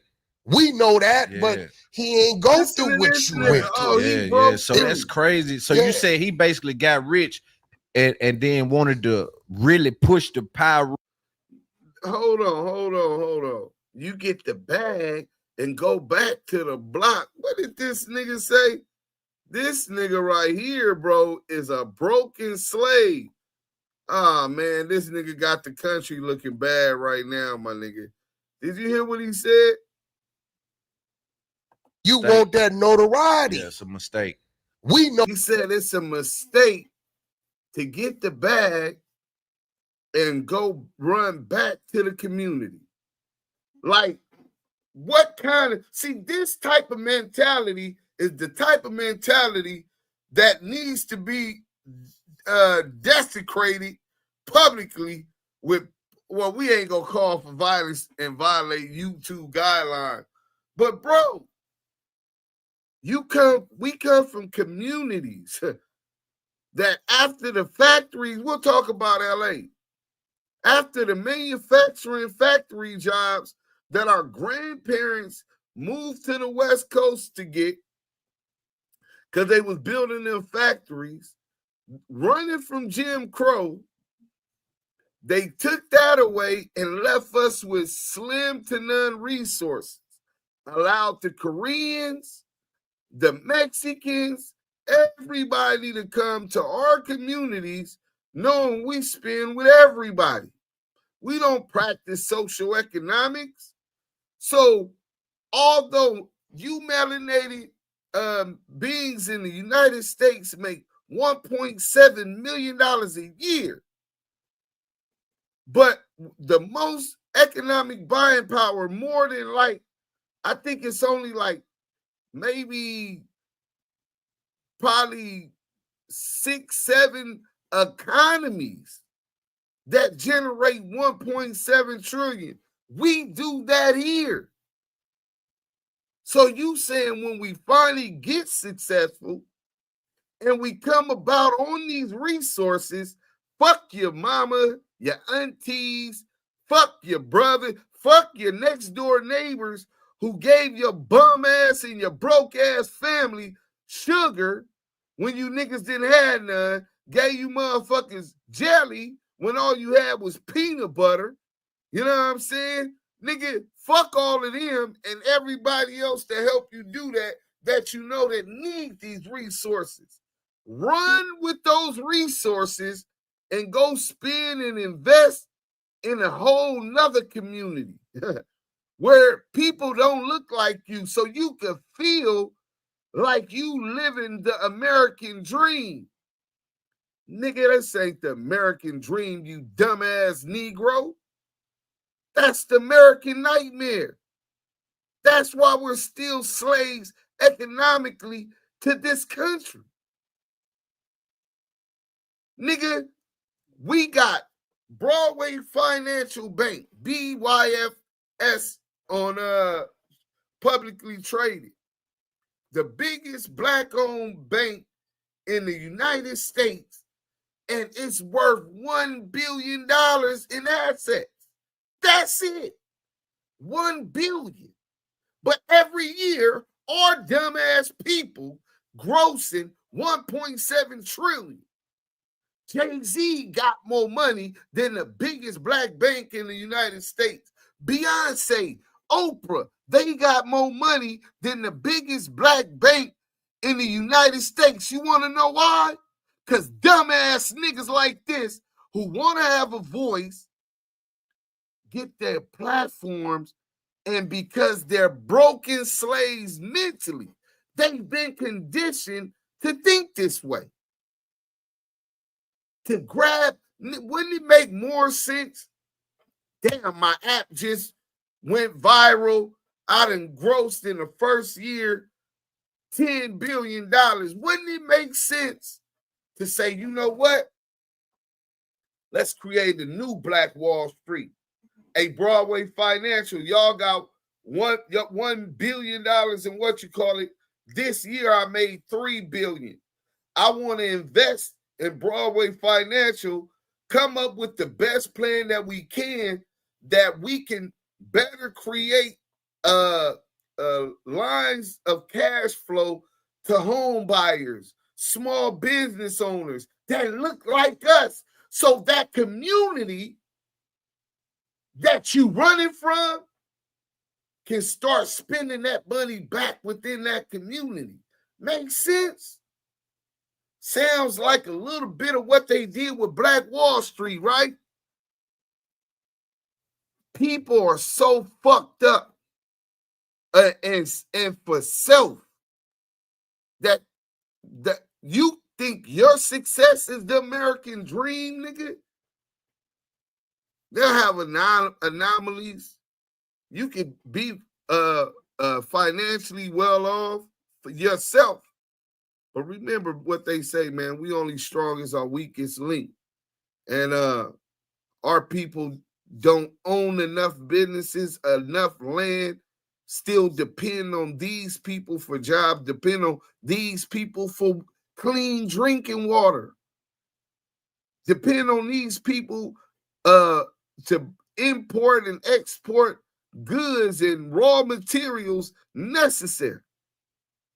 Nigga, when we gonna start putting our money together, our pot up together, nigga, and copping the work? I ain't talking about no dope, nigga.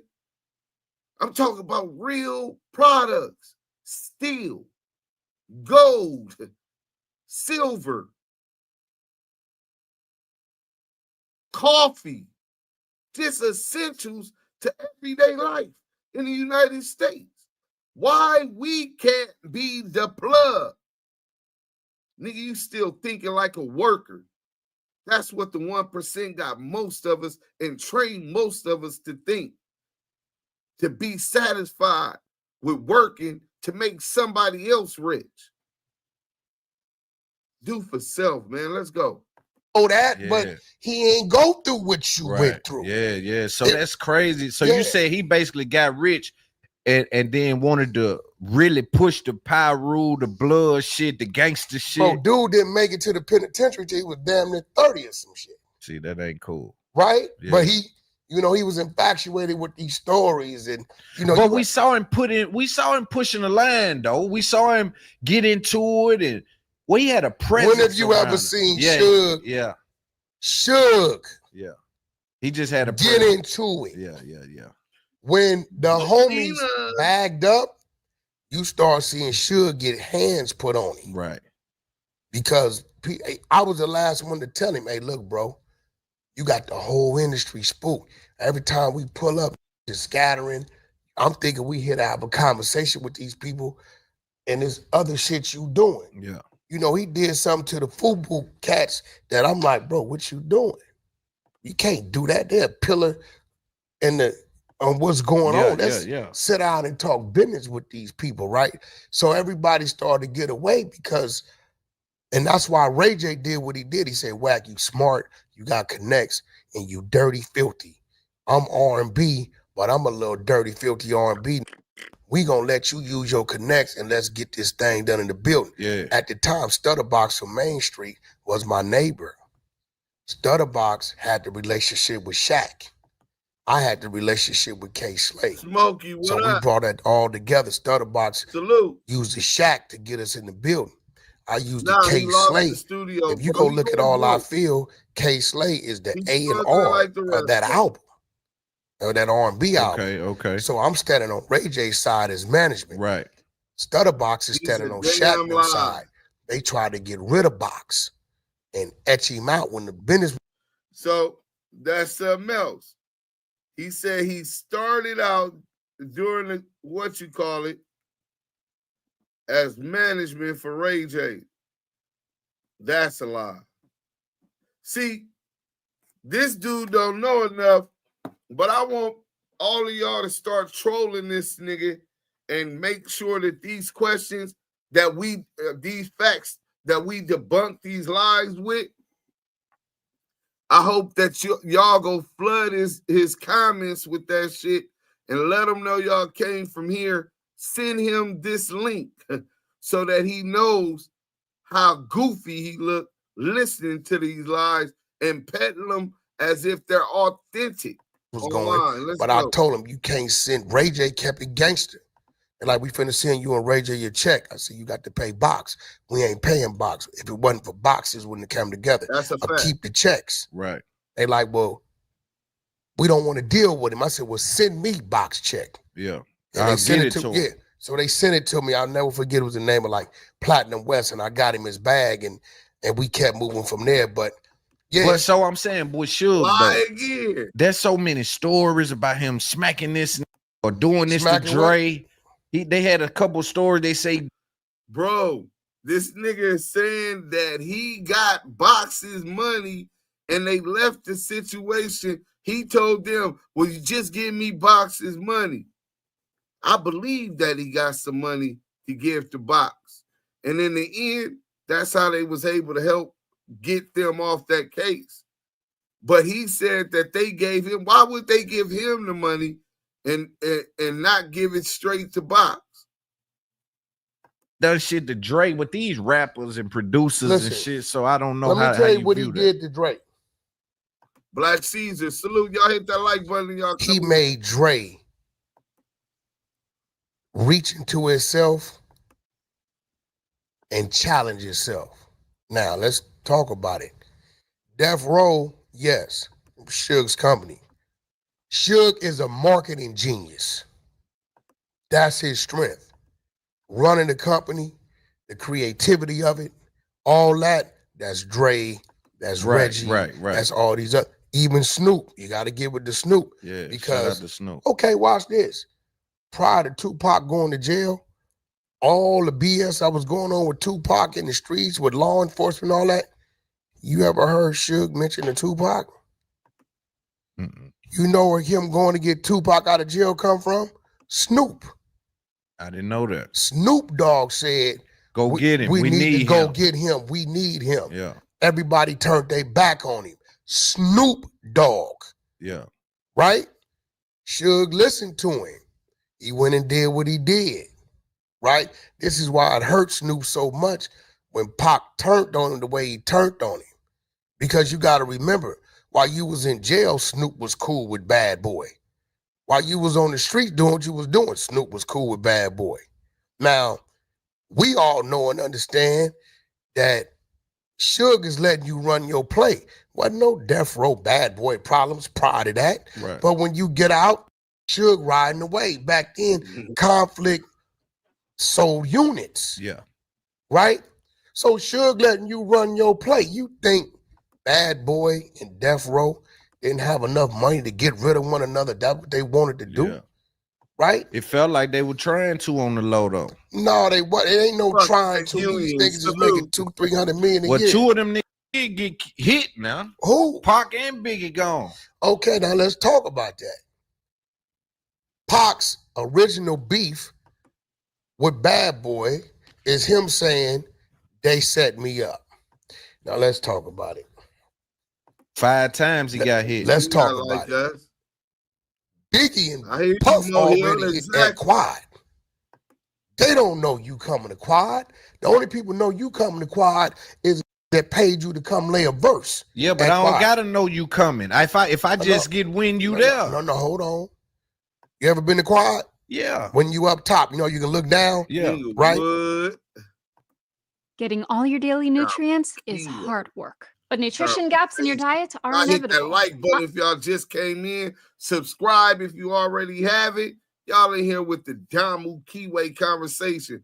Let me start finding this stuff because we finna flame this rat ass nigga up. Let's go.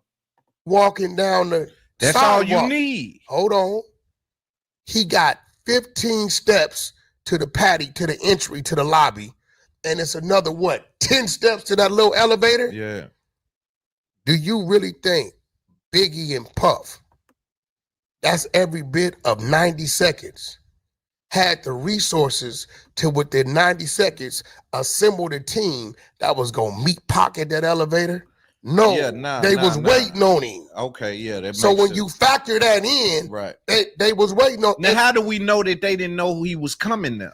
They didn't know he was coming. Because sometimes, like, you can have... He was coming to lay a verse. But that's what I'm saying. Sometimes when a big name is coming to, like with me and Herb, what we finna do with Herbo, where we going at, they are prepared knowing that me and Herbo will be there at this time. Like, so it can be rumblings amongst the people. Good question. So, okay. We know he coming. We didn't put the shooters outside to rob him. Not to kill him, to rob him, because they come to rob him. They're going to kill him on the sidewalk. Right. We seen, boom. Next thing we know, we hear shots. Loon. We hear the shots, and we know that we lined him. Yeah. Are we staying in the studio, or are we coming down to the scene? Staying in the studio.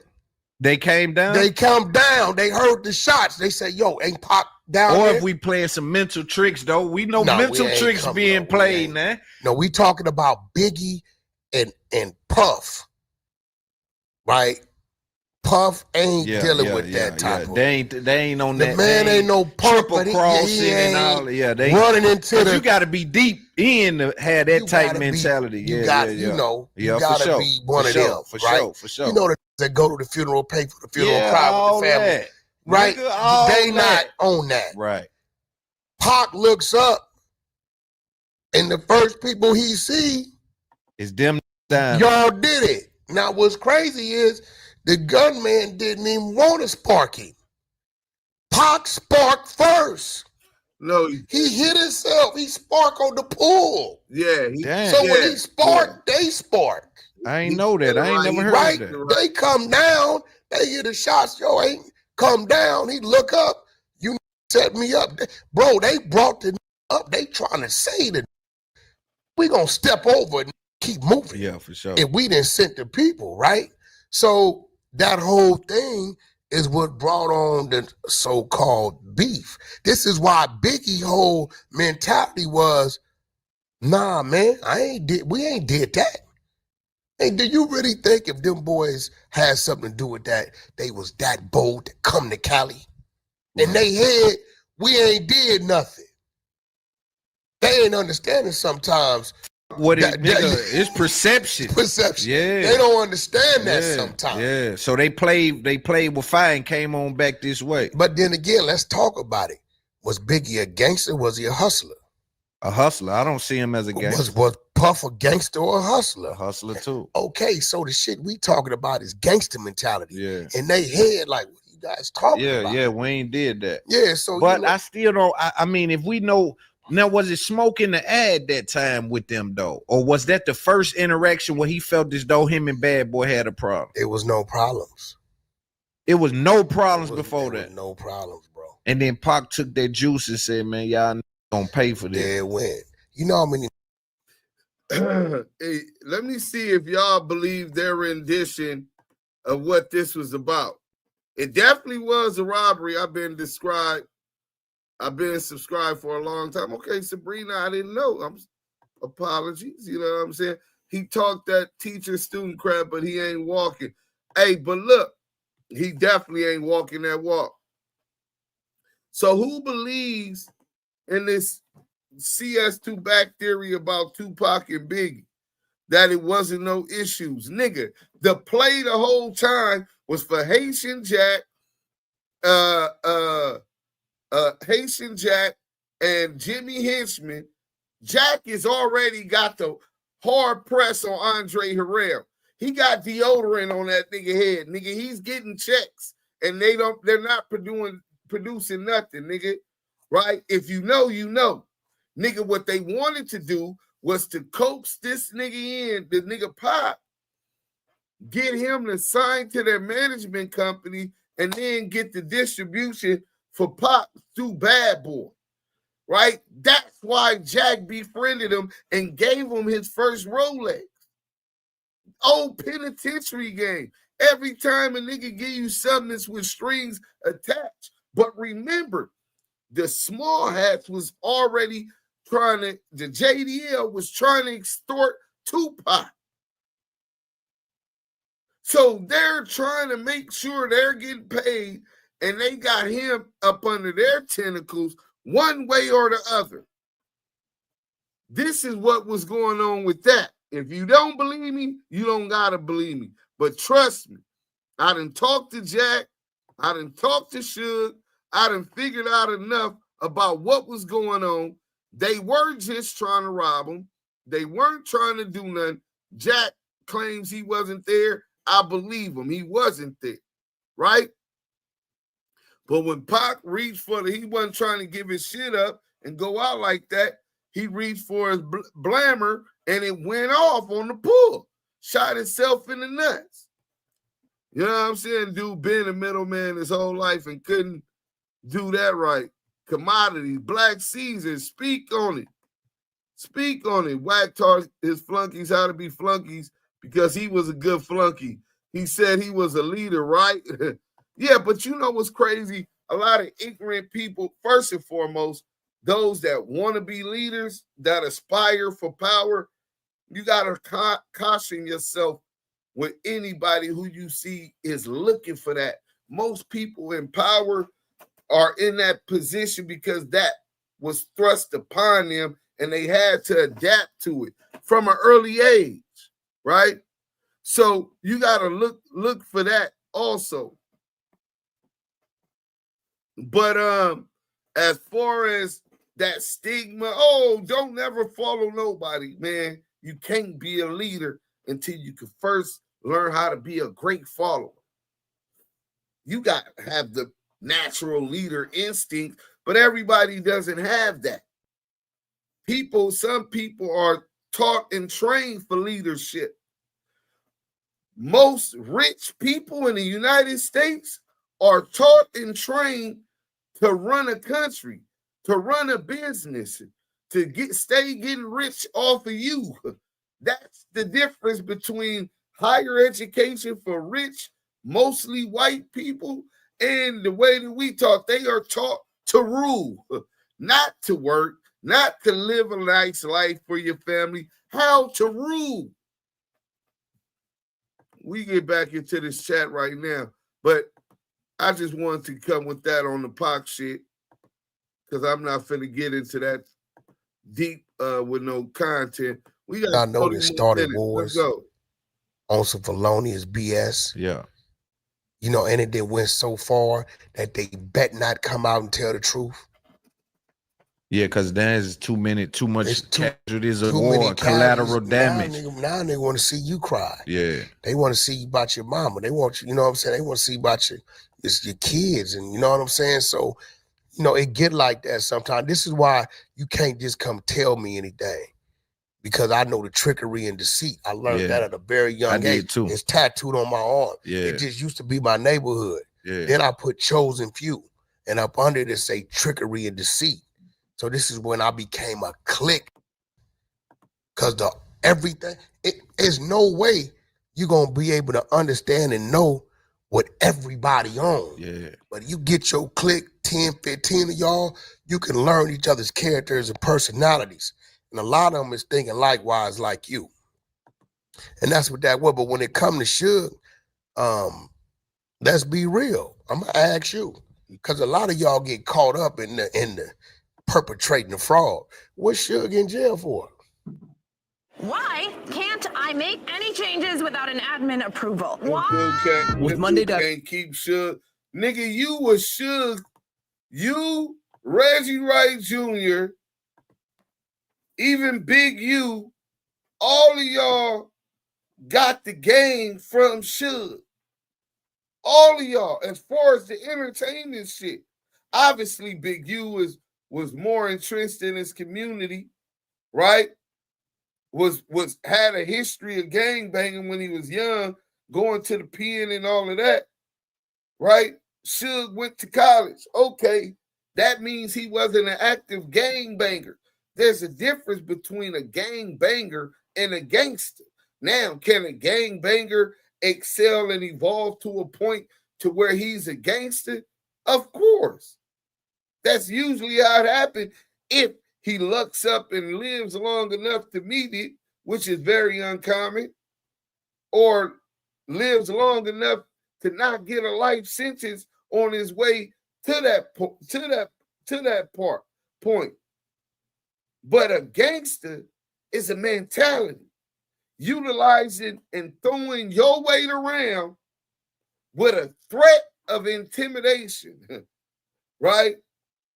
In every move that you do. I'm talking about it could be a legitimate business move at McDonald's where you're just buying a filet of fish meal, nigga. Hey, nah. These fries ain't, fuck all that. These motherfucking fries, they been sitting in those. Y'all got to make me some new ones. Nigga, I need some fresh fries. I'll wait. Go get your supervisor. You know what I'm saying? Let's go. To think about what is Suge in jail for. He ran dude over, right? He ran somebody over because I think they were telling him to get out the car. To what? Was it for a fade? Okay. Yeah, but I think no. So he in jail because what? He didn't want to what? So you kill your homeboy. You end up, that's his homeboy he ran over. They was dogs. That's his homie.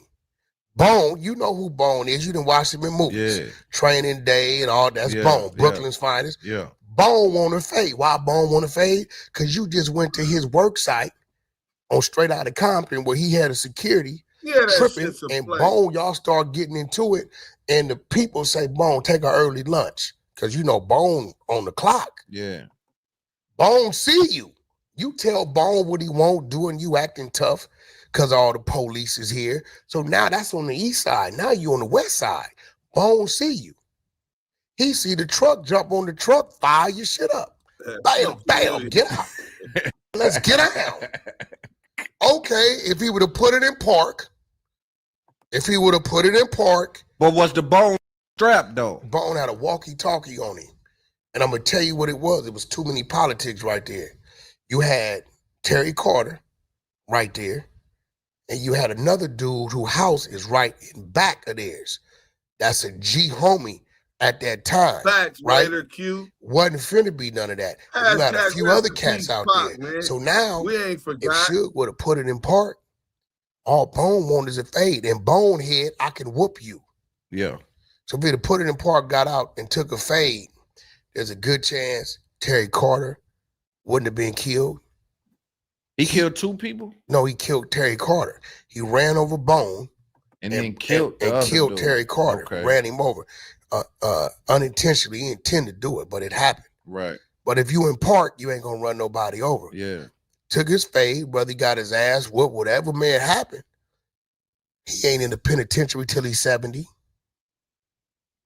Terry Carter still here. So in essence, Suge is in the penitentiary because he was scared to take his one-on-one. But it also feels like Suge, like I say, bro, a lot of people look at him from the game saying he pushed the line. Now you saying the presence around him was pushing the line. They don't get him people they credit. Yeah, but he was up there by himself.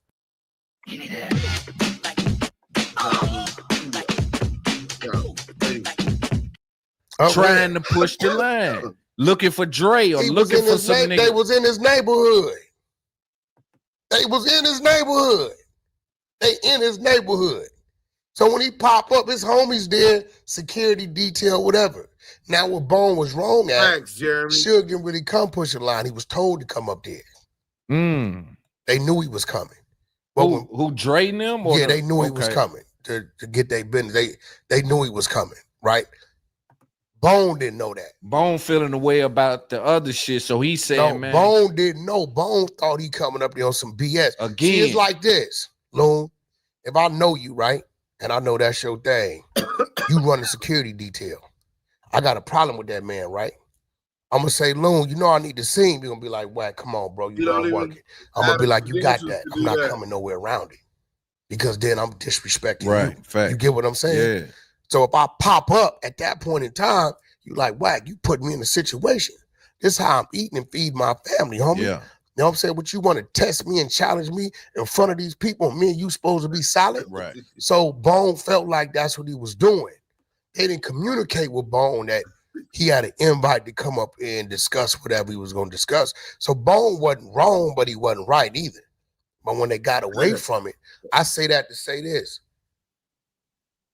You put anybody with 50, 60, 30, 40 real wolves. Yeah, they act different. It's a different energy. It's different. Yeah. You know what I'm saying? Yeah. Our president of our United States, where they may be, is going to beat their chest to any country. So let me ask you this then. If we talk about Suge, because we seen Tekashi in New York kind of get the respect because he had the bag. Are you telling me that out here on the West Coast, the Wolves respect the fact that Suge had the bag and not necessarily that he was going to align pushing himself? You gotta remember, Death Row was the biggest visible company when it came to how to get out the streets to our streets. You get what I'm saying? So yeah, they respected that. right? But when you see, sometimes the wolves are like, you know what I mean? Can't no sucker be right. The wolves ain't really following behind. You got to be a leader of the pack, man. So I'm trying to figure out. And I see it even more now, Loon. I see real rats. Everybody know they told. Wide open. To pull up. About 30 niggas more is minutes. In these big bodies. They making sure he's straight, he's straight, he's straight. They got their bag. Wolves, though. Listen, they got a new generation called killer rats. Yeah, I know. You understand what I'm saying? Like what? Yeah, they ratted. But these same dudes was known for doing what they did for decades and decades and decades. They chose to do what they did, but they ain't forgot how to do what they do. You get what I'm saying? So it's like, got the bag now, right? Feed the people, gonna lead the people. Yeah, and I know that when we talk about, but I'm saying, cause my vision of wolves, I'm talking about the wolves. I ain't talking about the people and the sheep. Bro, let me tell you something. I'm talking about leading the Suge, wolves. one thing I can say, Suge had one of the most treacherous crews when it came to this. Rock Chisholm, Mob Bob Gotti, Neckbone, Lip Dog. When it came to the cripping, you know what I'm saying? Yeah, both sides. When it come to the cripping, you know what I'm saying? He had the wolves from over there. See, the that's essays. What I'm saying. That's what I'm the saying. Essays. He had them wolves. It was wolves. So now let's factor in Snoop Dogg. Snoop had a big fave. Them had a team. So if it's a Snoop Dogg video shoot, Death Row gonna be there. Snoop Dogg squad gonna be there. And then he can basically put wolves against wolves, meaning that I got so many little packs of wolves that if you cross me, you may not got to deal with me. You might got to deal with these other wolves that's on my payroll. You wasn't finna, bro, listen. He had a squad around him that was not to be played with. Lil Knob, and he had a squad, but these was decorated warriors, not soldiers. Right. These is warriors. See, that's why I can't understand how you telling me the Warriors is respecting a sucker. Okay. I just can't get it. I don't understand. What it is prices are blowing up, except on Kayak. Get cheaper flights this summer on Kayak. Search now. He over here dissing Suge. Hit the sucker once for a bag and get rid of him. You can get paid 1 million times. Yeah. Because this ain't the dope game. Now, if Suge would have been a drug dealer and it was all about getting rid of him, gets you to the plug, they'd have been got him out of there. This is a record company. Yeah, this is a label. Yeah. So they got to depend on him to do whatever it is he doing. They don't understand what he doing. Right. For it to trickle down to take care of these in these Lexuses and these Benzes in these condos and all so on and so forth. That makes sense. I'm not going to say Suge didn't have no heart. I'm not going to say he's a coward or a punk. I'm just going to say he wasn't them. He wasn't a Mob James. And Mob you know what I'm saying? Wasn't him. He wasn't them. You know what I'm saying? So, and it took that to give him the stigma that, they're going to death row. Yeah. Because they pushed the line, bro. Oh, no. Wasn't playing them death row. That might be one of the most ruthless crews in hip-hop that hip-hop ever seen. That's a fact. I'm not sure you could say any of these other, like when they see some of these other crews and record labels, ain't really being like, hey, yo, them woo-de-woo niggas in the building and let's get up out of here. Oh, no, it was a problem. No, it was, bro, you had the likes of Kooda Rock. Kooda Rock, listen. I hear that name a lot, too. Talking about Big U. No, that's Big U, big homie. Right? And it's savage. Me and Kooda Rock got cool in a melee. We back to back, squabbling 10, 15 from the Snoop Dogg side. Right?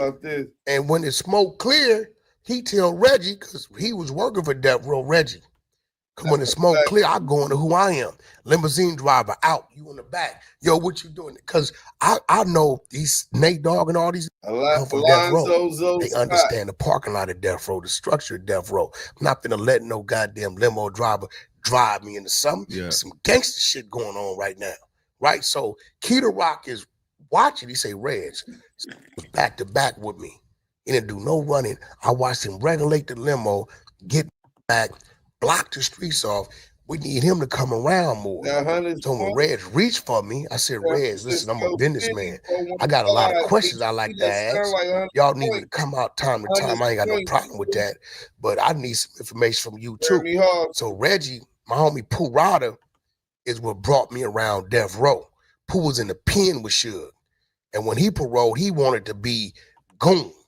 That's all Pooh. He's a rider, right? Yeah, for sure. So Reggie is the one that made the verbal introduction to Suge with me. Because he like, yo, it's this dude named Wack. He got his own money. He got a business, but he's smart, but the gangster and boom, boom, boom. So that's how me and Suge had a direct. But is that why he tried to play on the he was my driver? Like, what make Suge say shit like that? Suge has never called me his driver. I think I heard him say that. I don't think, no, he had called me a trucker. That's what it was. My bad. Yeah. He had never called. See, anybody that knows Suge know there's only one person that could drive him, and that's the police security. He literally had a Benz with the front seat out on the passenger side, and he was sitting in the back seat. He ain't gonna let none of the homies. He might let a female or something. He'll let a homie follow him. But the only picture on the internet of me and Suge is me in the passenger seat, Suge driving a red Bentley. He'll say the trucker. We know all his code names. Right. He say PlayStation, that's Game. Pork butt, that's Reggie. The trucker, that's me. Right. He say like Crenshaw, that's Big U. Yeah. Like he got a code name for everybody, right? So, but that wasn't because when he asked me, he said, bro, when he come home, he said, I need you with me every day. I said, I'm doing $250,000 in my trucks.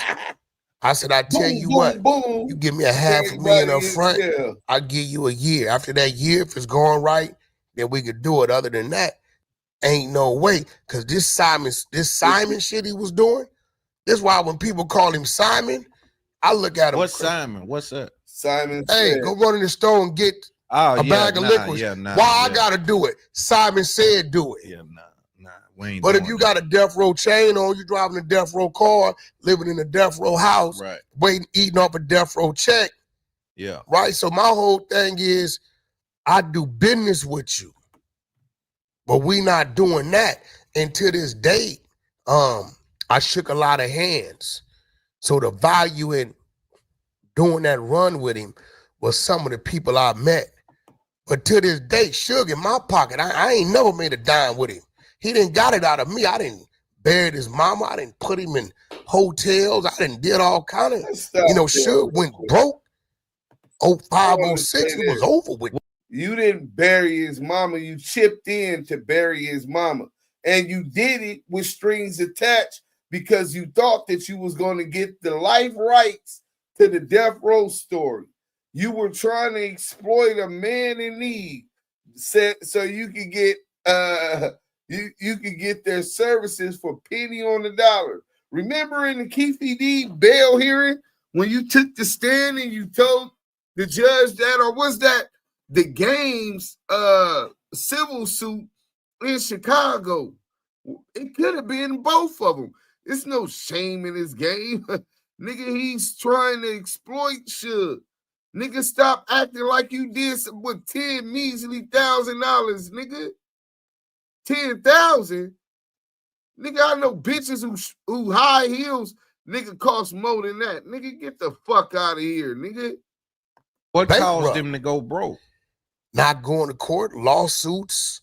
See, them lawsuits will get a blackballed, not being smart with his distribution. He kept saying he ain't got distribution, but yet he had Koch. He would have been the first one independent ahead of everybody, but he wanted back in the UMG system. Yeah. Why? Because he didn't have a team around him that knew how to do it. He didn't know the business.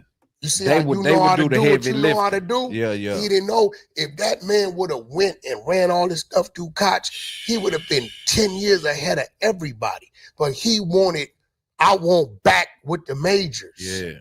Because it's easy with the majors. They do. Man, how is this nigga on here talking about Nigga, the nigga did have admin with Koch Records, nigga.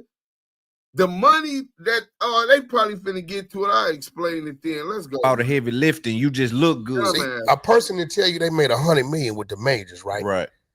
And the other dude to say he made $40 million on the minors. Making $40 million is doing better than $100 million, because off the rip, 50% of that $100 million is gone because it's staying with the majors.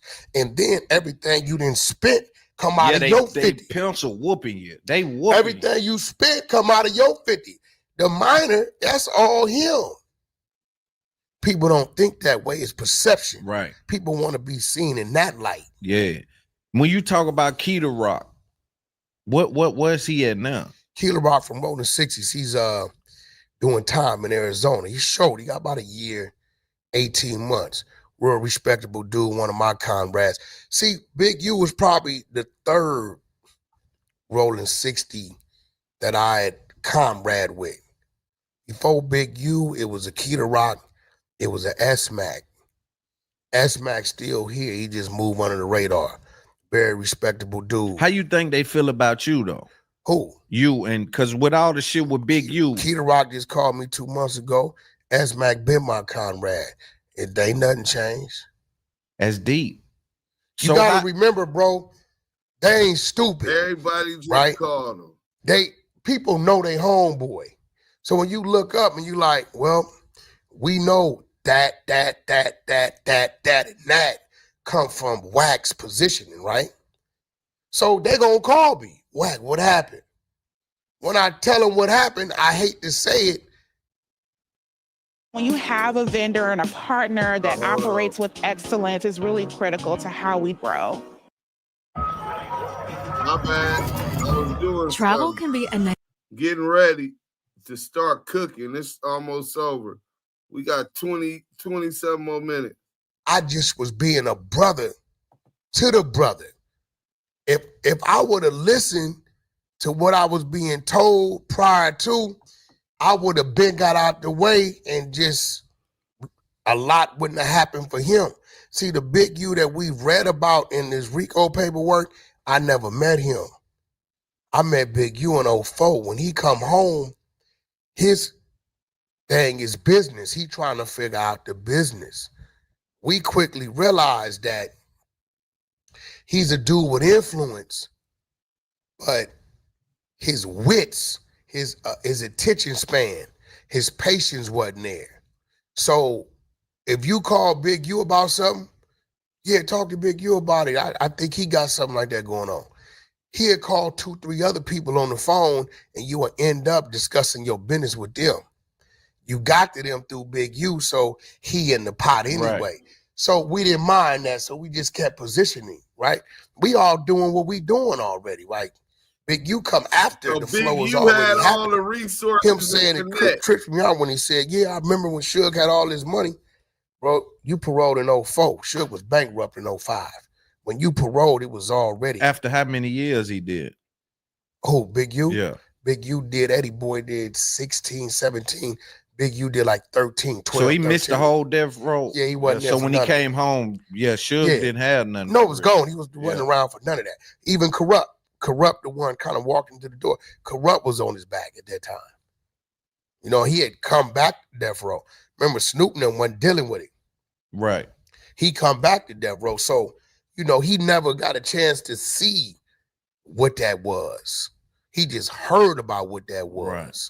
You know what I'm saying? But so, what I'm tripping off of, if these dudes is Big U, big homies, and they still have a relationship with you, that says something. It speaks volumes, one, but also I'm wondering how much of that you can really trust and lean on, because you know they fall under the same thing. It's like, nah, Loon, the people that I have a comradeship with are wolves. I'm a wolf. I'm a lone wolf. Yeah. Everybody I deal with from wherever they from are renegades, right? They gonna do what they want to do. And they team, it may be, is gonna move how they say move. So when you got somebody telling you, hey, his whole team is renegades. So all the 6-0s, when you hear him talking about these names, and y'all see they still doing business with them, they're renegades and they're going to do what the fuck they want to do. They think they bigger than the program. So all of the Pacoima niggas, these niggas, the Fruitown Pyru niggas, the PDL niggas, when them niggas say that's not what it is, don't listen to them. They leader is telling you that them niggas think they bigger than the program and they're renegades. Let's go. We've been rocking a long time. Watch your step. What you mean? Pay attention to this, that. Every now and then I'll be like, hey man, boom, boom, boom. You like, I told you, watch your step. Yeah. They stayed out the way, but they stayed close enough to tap me on my shoulder.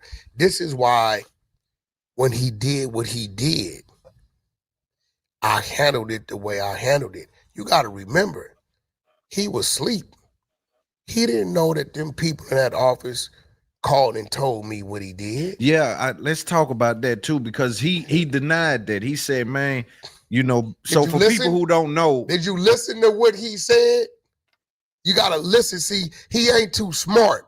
So when he's trying to defend himself, he's going to talk and say things that don't make sense. So for people who don't know, you and Big U initially fell out, according to you, because he reached out to the people you were doing business with and tried to basically, I guess, stronghold or strong arm your relationship and your contract. What the initial, and see, when I read the RICO paperwork, I know what I'm reading. I know who all the witnesses and victims are by what they saying. Yeah.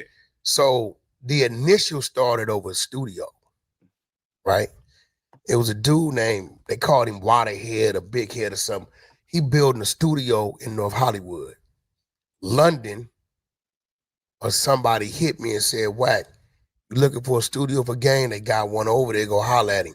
When I go over there, he wants me to invest in the overall studio business. I said, nah, I don't want to run the studio business. At the time, the spot is gutted. It's just framed out. I said, I'll tell you what I will do. I give you 150 up front, but this room I want extended, and this room will be games room only. You won't be able to rent this out.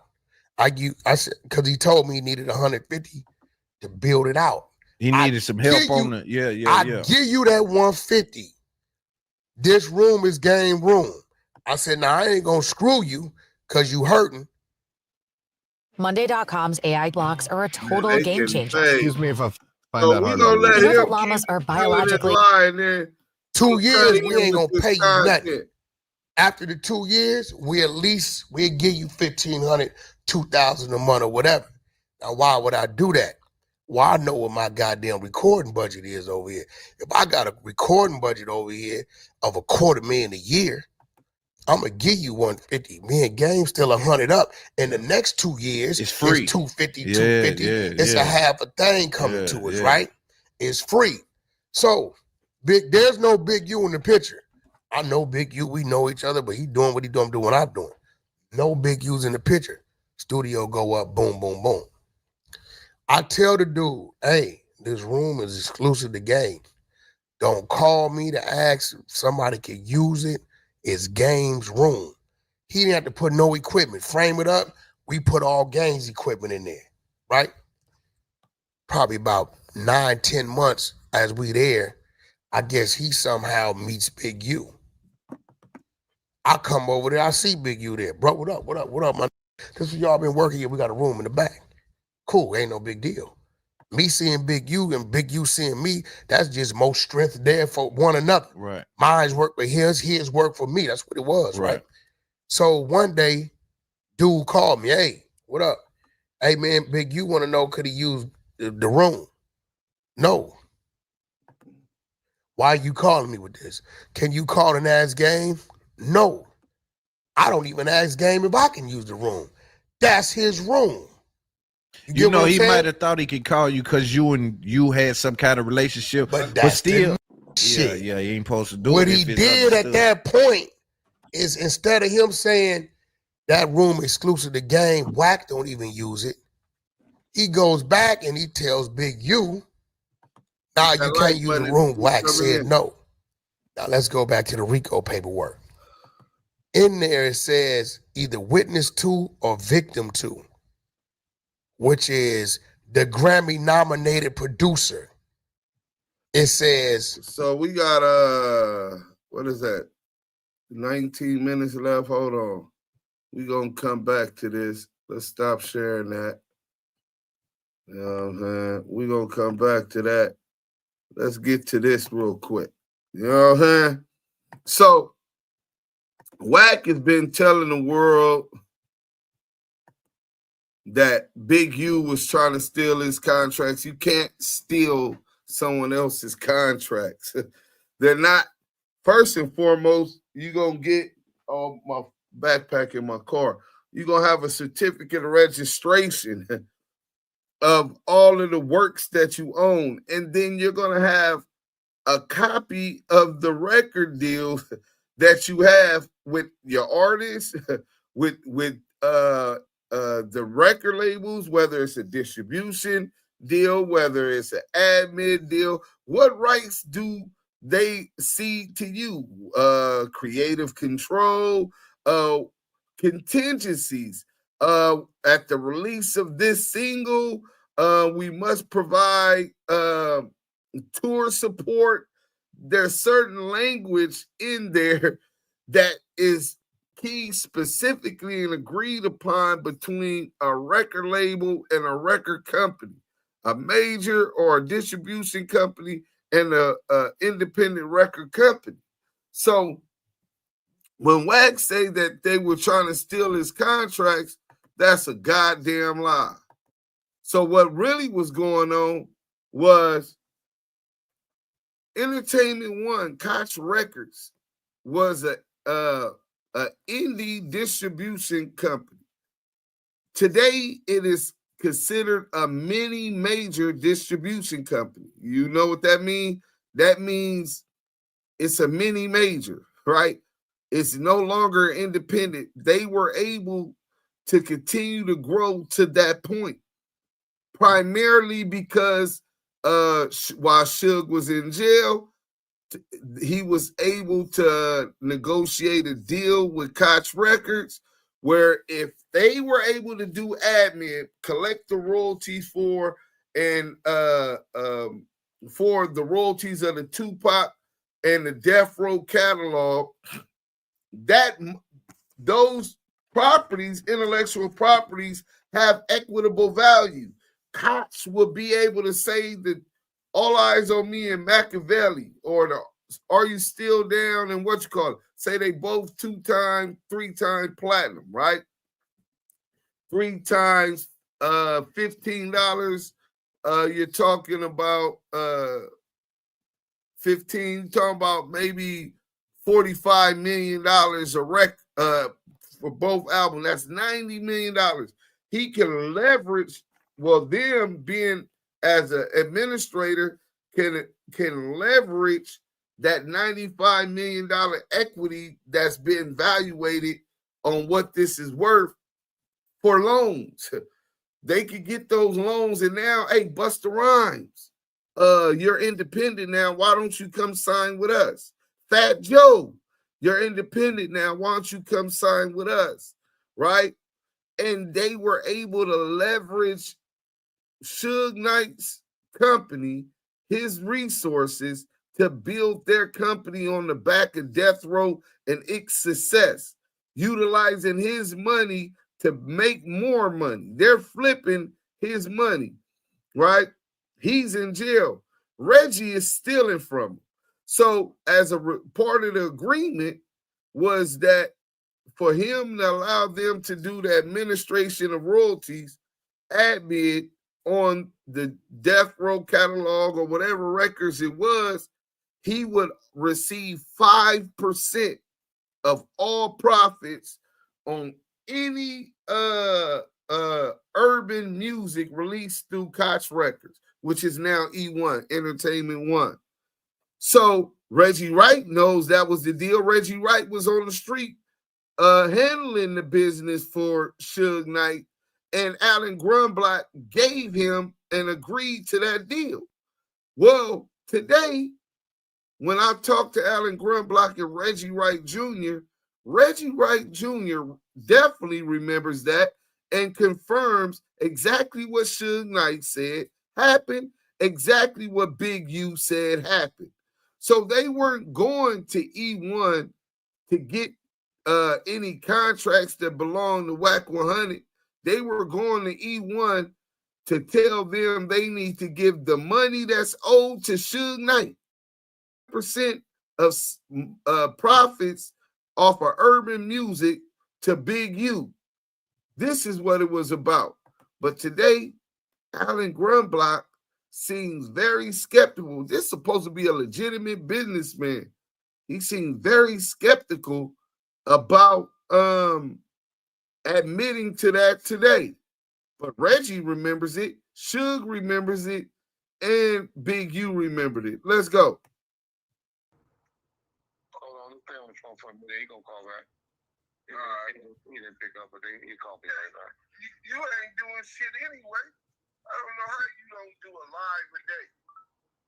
Every day. No, I didn't do that. That's why I didn't put that up today, because so I could do a live, because it kills the video off when I do the live. No, you can do both. I'm up here copyright. Hold on, this Alan right here. See, I tell you how motherfuckers call Riz. You ain't like that, Riz. Good morning. How you doing? Hey, how you doing, buddy? Good. Hey, I'm calling you right quick. I got this guy on the phone with me. I've just been arguing with him. And I said, let me call Alan and prove to you. So these guys don't think I had anything to do with Death Row. I was just a janitor. And I was like, man, I'm the one that set up the deal with Alan and Koch and all of that. And they don't believe that. All these niggas want to be good. So he said he's the one that set up the deal. Imagine a security guard, an ex-police, pork butt, setting up a administration deal. What the fuck do you know about administration deals?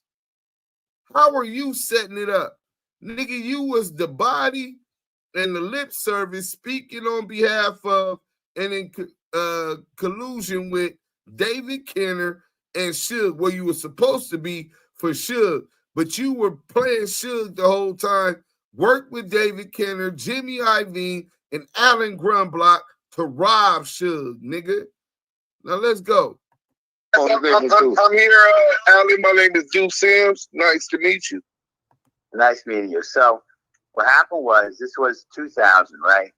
Yeah. So we heard, you know, I mean, listen, everybody wanted to distribute Death Row, right? So we heard that Suge Knight was getting out of prison. So I had a bunch of guys, you know, you got like teams of street guys out there, right? So I said, anybody who gets me on the phone with Reggie Wright, I'm going to give them a bonus. So who is he looking for to get this deal with Suge Knight? He's looking for a deal with Suge Knight.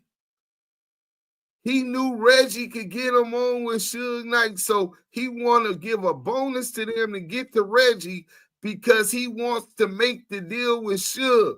But Pork Butt want to be Suge Knight, the pig. Use a pig, not a Paru. Use a rat. 137. Trying to act like you're Suge, like your mob. Bro, stop it.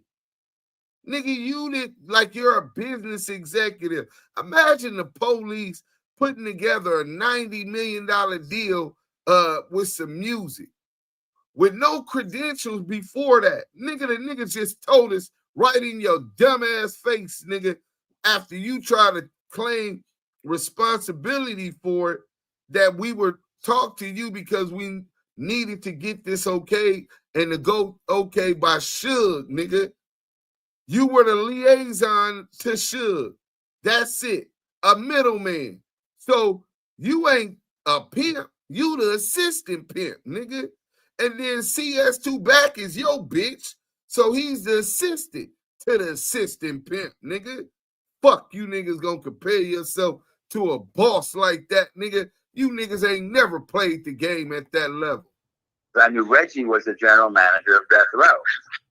So that night, I get Reggie on the phone, and then the next thing I know, I'm in LA, and we're doing the deal for Death Row with Suge and Reggie. And who was dealing with all the paperwork and all that stuff and talking and stuff? You know, Reggie was. Exactly. Now, that 5% part, you know, the 5% that we always talk about that we never got or anything.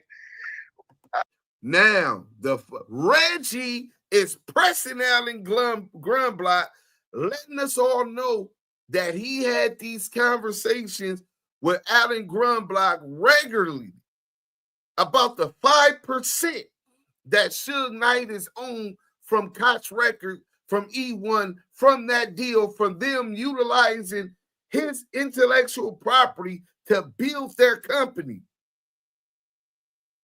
Nigga, to expand their business. He's telling him that we always talk about, the 5%. Let's hear that again. That 5% part, you know, the 5% that we always talk about that we never got or anything. You know, Suge was trying to make it. I don't know what he done said. Like he didn't know about it or something like that. But I'm not one that. No, Suge said he knew about it. He said that y'all stole it from him. You, Cash Jones, and Alan Grumbolt agreed to do that, and he didn't say it was a distribution deal. He said an admin deal, right? So his rendition is he agreed to allow E1, which was Koch Records, to do the admin. In return, he would receive 5% off of all profits of urban stuff. That is true. Right. Yeah, but I never, Reggie, I swear to God, I never. So Reggie saying, yeah, it is true. It was an admin deal, not a distribution deal, and he was supposed to get 5%. Now, Alan Grumbolt saying, Reggie, look, he had to think about his life. Listen to him. This is how the small hats play niggas. Let's back that up real quick.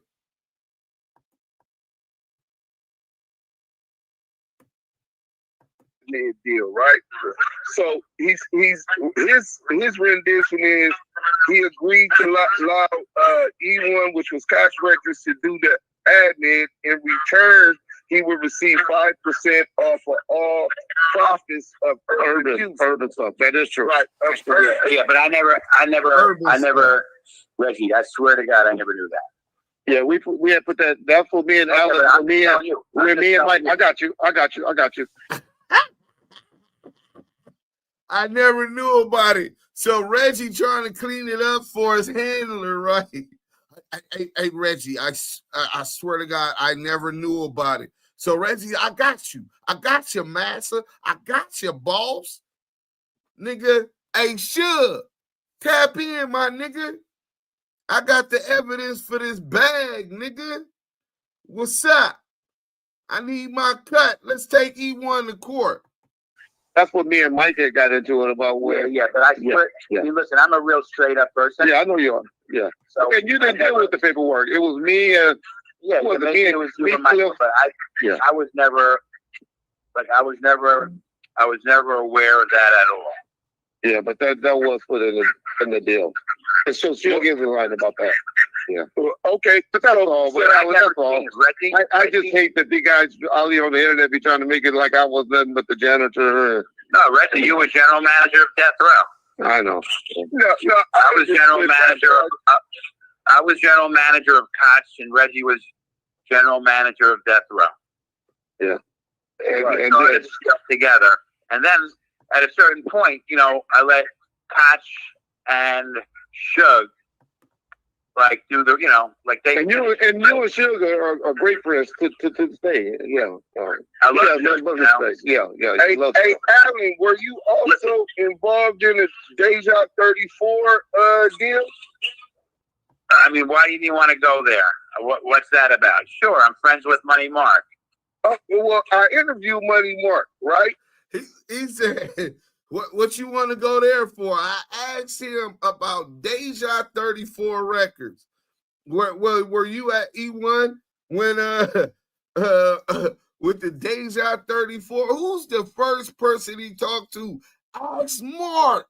Mark knows. He's the one that made the three-way. I talked or tried to make the three-way. I talked it, dog, nigga. Nigga, that's the first name he named when you mentioned Deja 34 Records is Money Mark Stevens. Let's go. And he would. You don't have to ask this up if you don't want to, Alex. Yeah, I don't know you like that, right? Yeah. So yeah. You don't know me like what? Yeah. What is the big secret? This is about a record label. We didn't ask nothing illegal, incriminating. Just what could you tell us about Deja 34? He act like somebody that got something to hide, right? Because he do. Let's go. Yeah. I mean, you don't have to get in that. listen, you got me on the phone. I tell them me and Alan and Wack are great. Yeah, we are all great friends. Alan loves WACK100. They pay a lot of money to go. Yeah.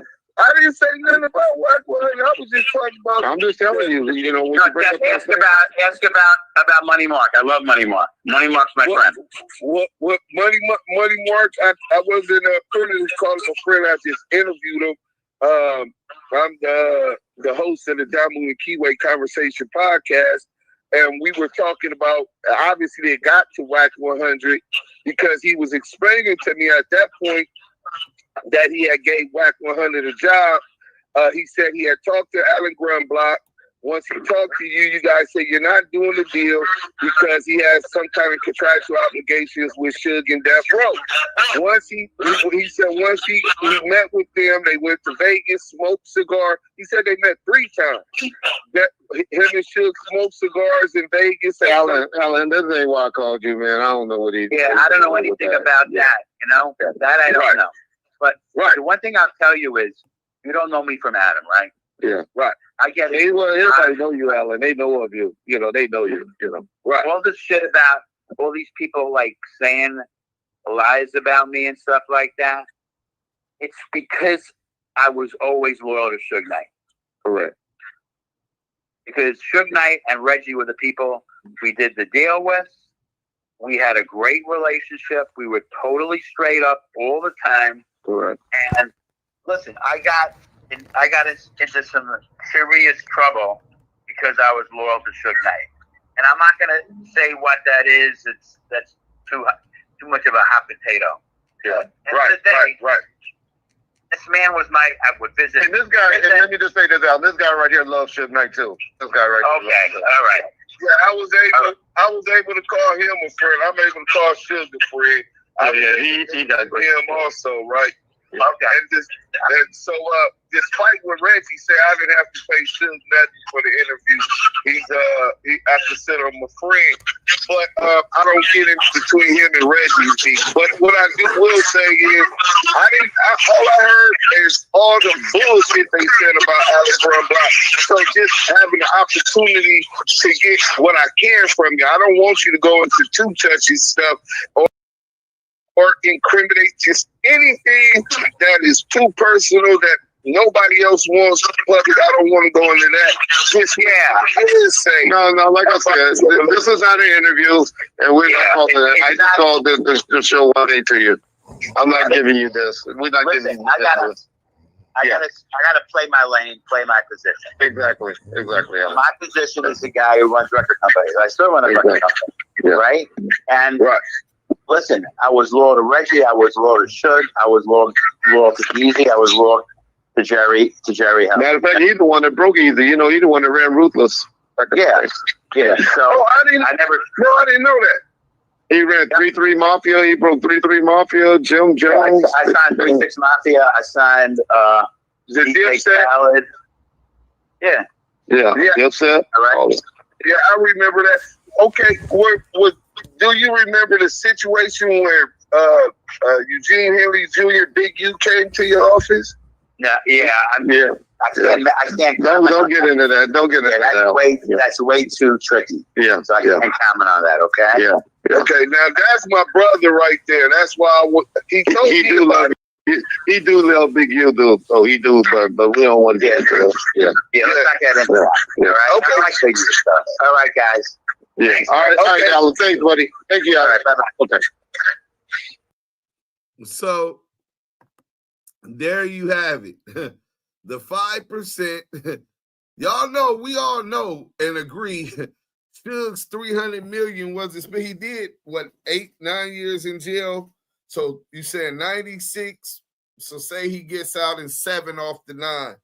96. And then he gets out, say 2001, right? He goes right back for another violation. So he ain't ran through no $300 million that fast. You know what I'm saying? None of those artists got paid. It was a play. Everybody was stealing from him. I would have been stopped this interview, would have just said, cut the mics, too many lies told. Hey, nah, it's definitely, he's telling everything. Do we found the same person? That's about 10 more. The studio been closed. Kim did that. Shut up. Here this big body bitch goes again, mentioning Big U, 54. And too many name drops. Did he just admit to stealing money from the budget? 55. His whole line-ass blueprint is based on Big U. 59 now, 57. Now the initial is about a studio, but first it was about Big U double backing on your contract. Shaking my head, nasty work. Yeah, Lou, boom, boom, boom. You know what I'm saying? Hit that like button if you just coming in, man. We ain't finished. We finna get back to the content. I wanted to get caught up in this chat a little bit. Let me set this up for y'all, though, real quick. So, I think we got 19 minutes or something left. Let's finish this shit.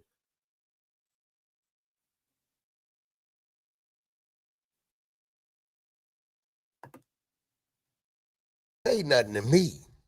He calls Molly Mall, right? And say, yeah, this Wack denied me using the studio. I feel like that's a woo, woo, woo, whatever. Molly Mall calls me and tell me, you know, dude, a little upset about whatever just went on with the studio. I said, I didn't talk to Big U about the studio, but I talked to the other. He said Molly Mall, Big U told him that he told Molly Mall he was gonna knock break Wack 100 nose. Remember that. He told him he was gonna break his nose, and he told him that he was a rat. This is what Wack isn't saying. Go read the Big U indictment. Read the complaint. Big U said that he told Molly Mall, Wack is a rat. I'ma break that nigga nose. And this nigga rat ass Molly Mall called Wack and told him that Big U said that he was a rat and he wanted to break his nose. This is all caught on wiretap. Wack 100's call definitely was also on wiretap. Let's go. This nigga's a victim. Popeye se está poniendo sassy. In that part though. What up, Ryan? Nuevos chicken dippers con pop. Right. So now I don't call the other. I call Big U. Hey, homie. For one, why are you sending somebody at me to ask me something you supposed to been asking me? I would have just told you. You feeling some kind of way right now because you know I told another no and another I told you no because you sent him at me. Yeah. Big U ain't no damn fool. How else would I know he feeling some kind of way? He know Molly Mall told me. So in the RICO, when you read it, that's what we talking about. Yeah. So that's kind of where the friction started. So now let's go to hold on, we phase live 2. on YouTube. Hold on. So after, before you go there, after that, was it any issue with you and him? Did y'all go back to kicking it? Is it cool? No, because you got to remember, I don't kick it with no. Right. Y'all do business? All my comrades, we are holler on the phone. Yeah. It ain't a man unless we on tour that'll tell you they done been with Wack 2-3 days in a row. Me either. Yeah. Ain't gonna happen. Facts. So when I tell somebody I ran with a nigga 15, 16 years, that just, we was cordial. We did business. He had access to me. I had access to him. Get what I'm saying? So, but you also said I've been to his house. I can walk in his been front to my yard. house too. So that means that's a little deeper. No, than just, because guess what? It's some niggas that go to the house every day. Big U had a crew that every morning they was at his house. Yeah, them niggas lifting weights in the backyard. Yeah. Wack ain't part of that crew. Right. But if Big U needed to get somewhere, he knew the code to the gate. If I needed to get somewhere, I knew how to get to his crib. We was definitely cool like that. Families knew each other. Kids called each other aunt. Definitely cool like that. Right. Even when the beef was going on, it was still, I saved his son. Nigga was gonna kill his son in the studio. I did what I was supposed to do to disarm the individual. Nephew, what you want to do? I want to whoop him, whooped him, put his son in my car, and took him home. While the beef was going on. While the beef is full-fledged on fire. Right? This is real. But on the flip side, it's BET weekend. My baby mom and my daughter go to the celebrity basketball game. It's at Crenshaw High. People sending me pictures. Wack, what's up? I look at the pictures. It's my baby mom and my daughter. Guess who 2 feet behind them? Big U. Man, you don't think it's a problem? No, he just making sure they straight. I didn't have an inkling in my mind that, right? Y'all nigga playing. That's no, but this what it was. But so now let's go to phase 2. Me and Stunner start doing business. I kick off Cash Money West. He had a group called OSB on some bullshit. Yeah. I really like the 2 youngsters. They're really cool dudes, both of them. Right? So you got to remember, man, in the hearts of men, and I learned this the hard way. And I don't know if you've been in this. It's times to where the more you help somebody and they see you can help them, they start getting envious of what you able to do for them and what they can't do. Yeah. It's crazy. Yeah. So it's a catch-22. You damned if you do, damned if you don't. So when I kick off the Cash Money West thing, I got the whole West Coast, Savvy Third, Blueface, the money boom, went to riding Reggie, in the red rag Chevy, playing Crip music. Reggie got a death man. I want the internet on fire because if you talking about Wack playing the Crip music, what Crip music? Savvy Third, Blueface. I'm marketing. Right. I know what I'm doing. It's business with me, right? Yeah. So now it boom. Big U has always wanted to have a position in music as being that guy, right? He wasn't around for Corrupt. That was Kooda Rock and S-Mac them era. They did all that. Yeah. When that was what that was, right? Yeah. So now in his head, he felt like he's supposed to be the man. He want a piece of it. He want to be the one. Yeah. His head. And this nigga talking I tried to do business with Birdman. How could you do it? And why all right? Look, I don't know what you tried to do with Stunner. Whatever relationship you got with Stunner, you got a relationship with QCP. Bro, I don't know about this Birdman shit, but for this nigga to say that Big U didn't have his hand on Corrupt, just go check out. I'm gonna be interviewing Corrupt soon. I just gotta set up a date. And when I interview Corrupt, I make sure I bring that up, bro. He always shouts out draws for putting them up in a position to where he could win. Let's go. I got a relationship with QCP. Yeah. Right? It's obviously his respect on both sides. Right. But what he's done for you and what he's done for me that's just what he did. Right. They don't cross. Right. I'm not finna go to P talking about, hey man, what the hell you do for Wack? Vice versa, right? Yeah. So then that added to the little argument about the studio. But the argument amongst brothers was just that. It was arguing amongst brothers. I'm sitting back. So he came to you about your business with Birdman. What he did is he called one of the homies and said, the and everybody else, why he ain't reached down here and signed my group. Right? So now you got to remember, I get flack. All he want to do is business with the Crips. Listen, brother, I'm not a gang banger. I ain't been a gang banger for 25. I'm from where I'm from. I don't wake up hating a Negro because of a color. I've been outgrew that. Right. So if I'm looking at the analytics and I'm looking at what's going on, and when I go say, okay, this person right here is the one I think I can grow, right? If this person is a midget, a homosexual, a transgender, a Crip, a Blood, whatever he may be, that's the person based upon the business I want to do business with. At the time, Blueface and Savvy Third is outrunning everybody. You got a little Negro running around, jumping on top of his car in front of the high schools and saying, I'm going to be at this high school next Friday. People ditching school. You got crowds of fans. He done built something for himself. He just so happened to be a Crip. I don't care. I'm not finna deny no young man a shot at something if he's deserving of it because he's from somewhere. It ain't gonna happen with me. That ain't what I'm gonna do. Well, you did say you ain't gonna with the Mexicans because they from somewhere. That's cap, because I had a Mexican group called Coyote. A certain kind of Mexican. Yeah. That's a fact, because on this West Coast, I'm an ex-convict, homie. I didn't walk a lot of prison lines. I understand that. You get what I'm saying? And for me to do that puts my people in jeopardy because I know how that works.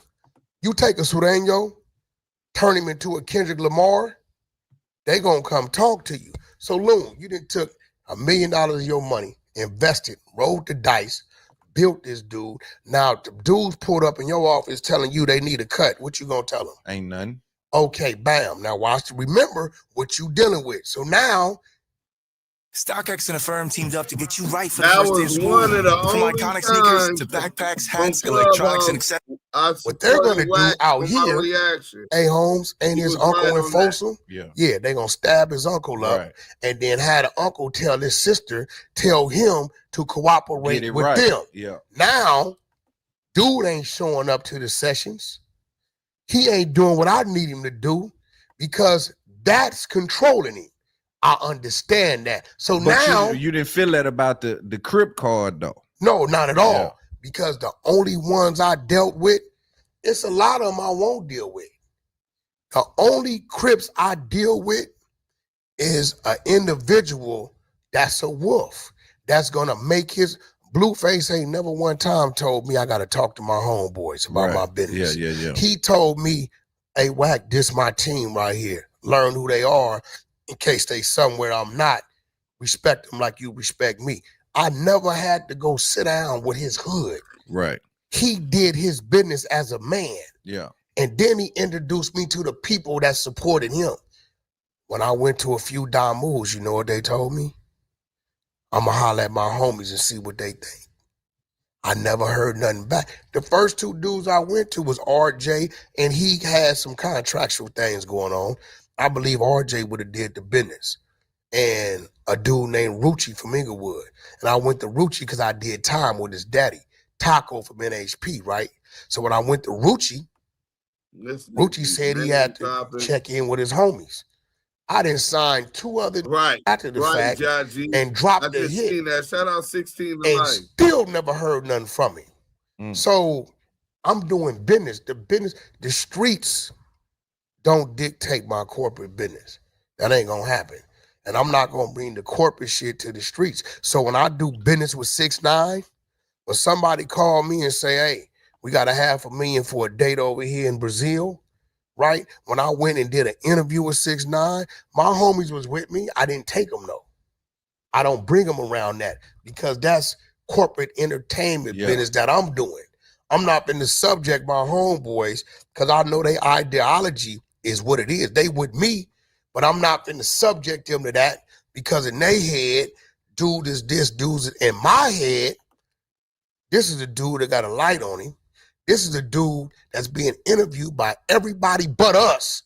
And he's making the majority think, right, what he did was right because they don't know how to question this dude. I'm the only one that got 6'9" to pause and think about it and admit, you right, I ain't no gangster. You put some work in? Right. You went and laid something down? Yeah. No, I was just paying them. Okay, well. Yeah, you're a supervisor, young. Yeah, right. Yeah. And he started to understand that and embrace it to a point to where he like, shit, Wack, you right. You know what I'm saying? Yeah, but I think let me go take a piss too, because that's why even when we talk about Tekashi, I want to spend a little bit more time on Clubhouse because I think that's where, in my opinion, some people would say that Clubhouse took you from a made man to a marked man. Well, Clubhouse is how I was introduced to the YouTube, what we call the YouTube streets. Right. Remember I told you we got different divisions. I also have a media team. Yeah, I got. And whether they up or they sleep, wherever I go, the profiles follow me. Yeah, and they clip it. You basically got your own clippers like these streamers. I got a media team. You know, Clubhouse Shenanigans, Clubhouse TV, No Answer. I mean, The Answer and Ray Gibbs. Now, this is the type of shit I do. This is why they respect me. People come in there, Wack, we want to be part of your media team. You can't ask me that. You got to talk to the media team. Wack, we want to be part of security. Talk to the people who run security. Right. Who run that? Got final say on I that. stay in my place. Yeah, he's spinning Loon. Now, if something going on and can't nobody make a decision and fix something, then myself or R&B will step in and make a decision. Right. But other than that, what they respect is that you can call Wack all you want. We had this. Yeah, and he ain't gonna go. He gonna make sure to check with us. I ain't going. And that's what I'm saying. That's your way of running that shit like a real Fortune 500 company. But I'm wondering how you feel about what I just said because you came to Clubhouse a made man. Well, you had business all in the street. You had AJ and Game and Blue, like you was here, right? And it felt like to build that up, you started to denigrate and separate yourself from some of the relationships took you damn near all your career to build. Well, which ones? I saw you snap on everybody. Nigga, you snapped on 21 Savage and Jim Jones and now, these you had relationships with. Hold on, with Jim. Okay, I'm gonna give you how Jim worked. My man, he come out here, he hit me, whatever he need, I get it to him. Video shoots going on, I pop up, me and Jim. He had just did a verse. Remember, he was doing something studio where he could remotely from where he was at. COVID and shit. Yeah, he did that with my group Coyote. Yeah, right. A week prior. Now, bro, I'm on Clubhouse, and they keep asking me about 6ix9ine because I did the interview. My first time ever seeing 6ix9ine is when I did the interview with Academics. I'd never seen him. 6ix9ine hated my guts. When he was doing his little blood run, we wouldn't talk to him. We wouldn't associate with him, right? So I said, you know what? I'm going to bring, because it was all New Yorkers asking me these questions. I'm going to bring him to the damn app. Y'all ask him yourself. I don't know nothing about none of this. I didn't know none of them people he went to jail with. None of them. So when I bring him to the app, this little dude, he must have didn't do nothing but read paperwork all day. Because when you mention the name, he knew a date of birth, social security number, everything they did. So the first thing they like, yo, why you tell on Kooda B? He like, I didn't tell on Kooda B. Kooda B told on me. He put the link up. Boom. Daniel Hernandez paid me to go have shots fired at Chief Keef. What's up with you and Jim Jones? He said, what? Jim's a what? Jim was the number 2. I was the number 1. But he didn't produce no paperwork. No. What he did was he put the audio up, right? I'm oblivious to the audio.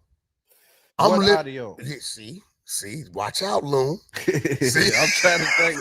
I don't remember hearing no audio. It's up. It's on the internet. We made shows everywhere. So when the audio come on, I'm listening to Jim talk to Mel Murder. I remember that. planning to execute what they gonna do. Now, this same audio, Loon, you gonna understand this. Yeah, he's trying to build. Was used in the federal trial.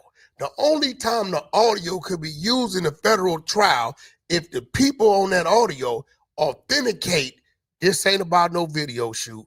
This ain't about no movie. This what it was. 6ix9ine is telling me, as he has told me about somebody else, bro, Wack. Lysol kills 99.9% of germs and leaves a scent you'll I love. thought this was gonna be better than this. Stop dreaming, start booking. Your next trip is just a deal away on Priceline. And add the Dude's a cooperant. I'm a cooperant. I know who was in line with me, right? But he also had, he wanted to kind of diminish Jim Jones's status as well. No, he wasn't tripping Jim. Well, them is Jim homies that was surrounding him. Yeah, but all of them. Who he sent to jail, though. They had all start cutthroat one another, trying to get each other out the way. So, this dude doing this. Don't trust this dude. Don't trust it. They had all doing it. He know it because they coming to him, right? So what I did, okay, Loon, if me and you like this, right? And I hear audio on you, what you think I'm gonna do? Hit me. I send him the audio. I say, bro, dude just put this audio up. I'm trying to understand it. What I'm hearing sound like conspiracy. Give me a call. Let's go over it. This is the same Jim or anytime else I say, give me a call, he call. From that day forward, crickets. Yeah, but it's also some internet shit. Like, that ain't no internet shit. Yeah, if you on the internet, this Clubhouse uploading some shit talking about this and that. This is internet shit. How's that internet shit? It's on the internet. If it's really a scenario. How is that internet shit? Though, if it's really, do you know why 6ix9ine knew where to find it? Because he was the #1. He said, Wack, it was 3 of us. I was #1. Jim, he said, if I wouldn't have got on the stand to get my deal to get out of that 47, Jimmy was next. But I wouldn't want you to hit me on the internet about it. I didn't. I text him. But you already went up with the 6ix9ine. No. You just said you found out about it on the internet. Clubhouse. Listen, I'm sitting back. I brought 6ix9ine on there because the shit they asking me, I don't know nothing about it. So I'm just sitting back. I'm being educated. I'm hearing all kind of shit I ain't never heard in my life. So when they come at him about the Jim Jones shit, he like, what? Jim Jones ain't no. This what he said. What? Mel Murder was sleeping on the floor. I took Mel Murder, his so-called big homie, and put him in a spot, helped him get a car, put money in his pocket. Boom, boom. Don't come at me like, what was Jim doing for Mel Murder? Matter of fact, Jim Jones' ass was #2. They had him on conspiracy charges against me. And he believed I tell him, yo, what you talking about, homie? Like, I did what you just did. You don't believe me? Boom, he put it up. Oh, okay. So where's the paperwork then that Jim Jones was #2 on an indictment and that was never breaking news? Never. I'm finna Google this right now. Jim Jones indicted as the #2 in Nine Trey gangster case, New York. So he talking about trial of the 9 Trey gangsters, 2 high-ranking Bloods. It has nothing with Tekashi testifies. He say Tekashi had nothing to do with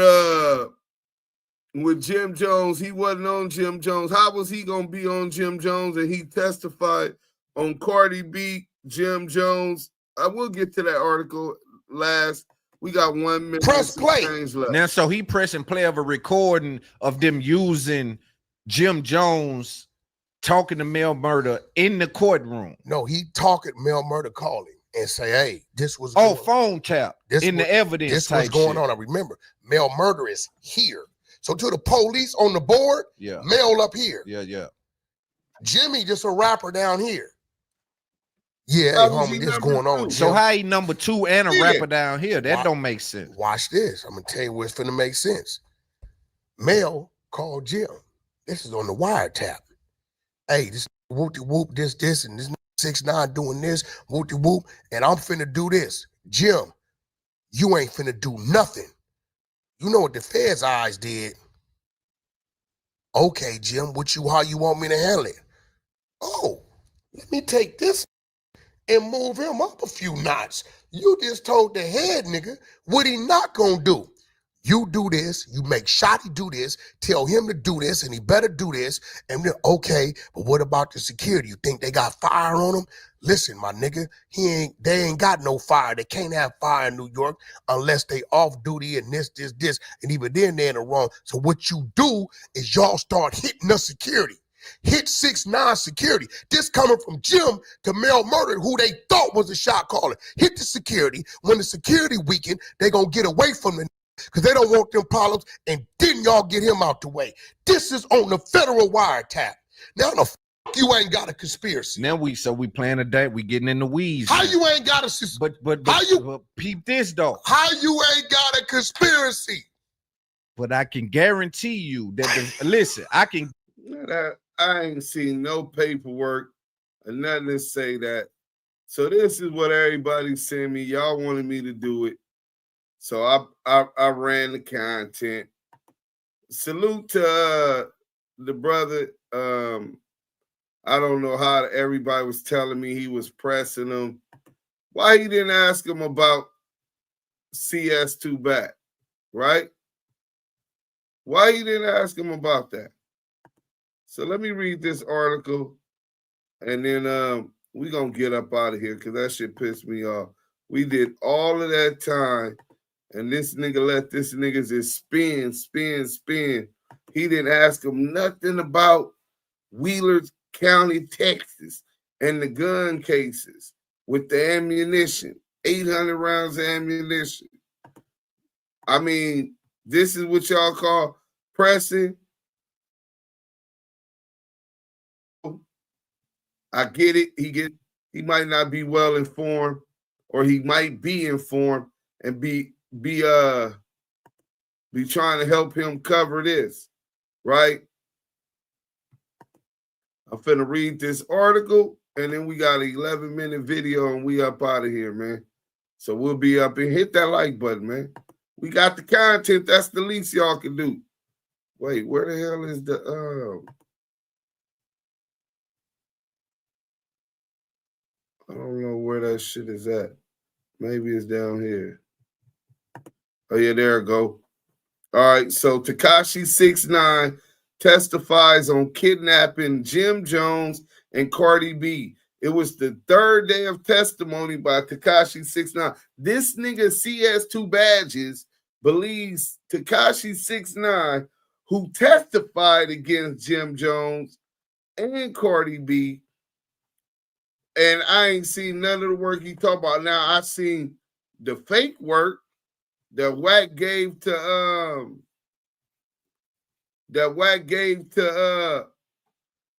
050 China. That nigga fake as a China knockoff too, right? Fake as a China knockoff. We're not even gonna get into that damn article. Forget that article, right? We finna get to this last video. Money Mark Stevens, take us out. You know what I'm saying? Take us out. This is the interview with Money Mark.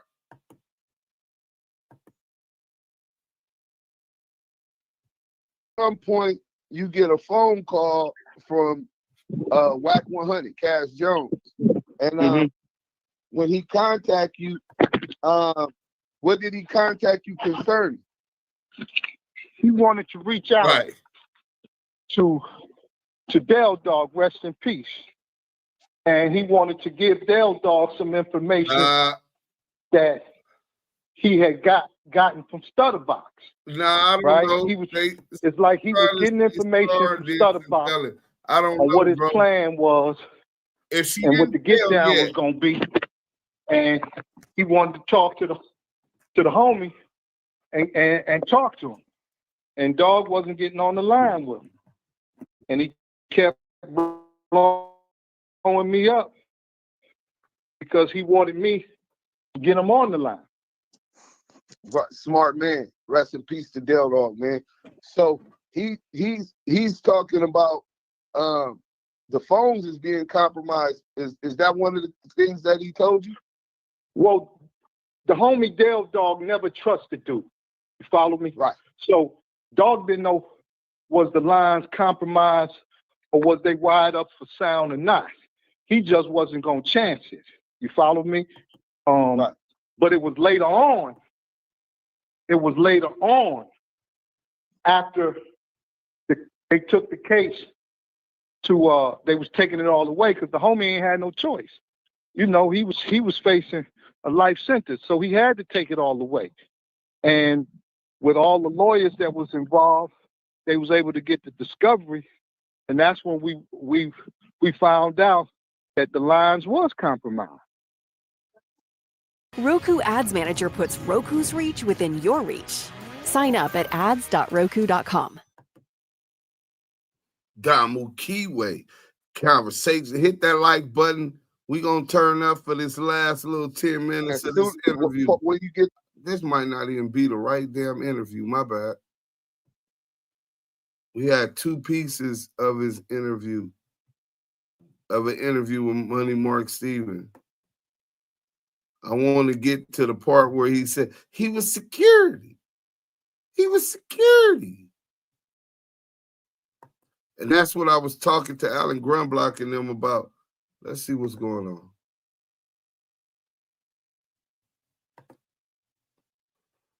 Let's go. Let's go. Okay, boom. It should start.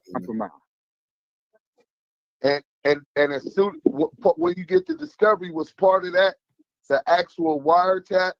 The whole transcript. I got the whole transcripts. The whole transcripts of the whole wiretaps. And do you, in that paperwork, do you see your conversation with Cash Jones in them transcripts? That was the initiating. That was the initiating when they started recording. Right. Right. And how did they refer to Cash Jones? In the paperwork they put him as Back, BACK. And correct. I kept asking the lawyer, like, who the fuck is, I ain't talked to no Back. And they said, nah, that's Wack. But they put him as Back because he a blood. So it's Back. And I said, oh, okay. And was this Back also referred as confidential source number 2? Yes, sir. Correct. Well, man, I'm glad that the truth was able to come out. And it's sad. But bigger than that, homie, right? You know, I watched dude, man. He said some things about the big homie Shaq, you know, that wasn't true. He said some things like he been trying to destroy the big homie Big U name.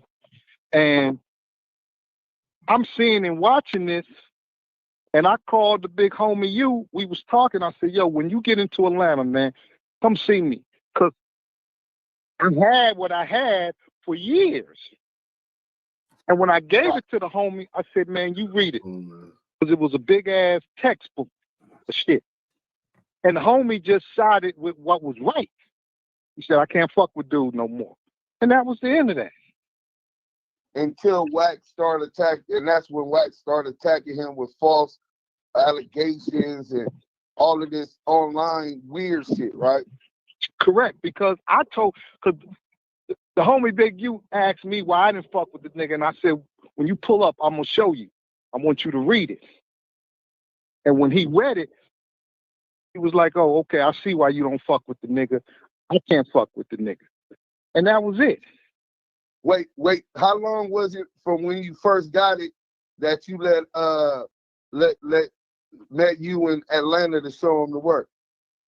I got the paperwork from the attorneys probably in, I want to say 12 or 13, because it was a series of, you know, remember the incident happened in 07, 06, 07, but Box had went to prison.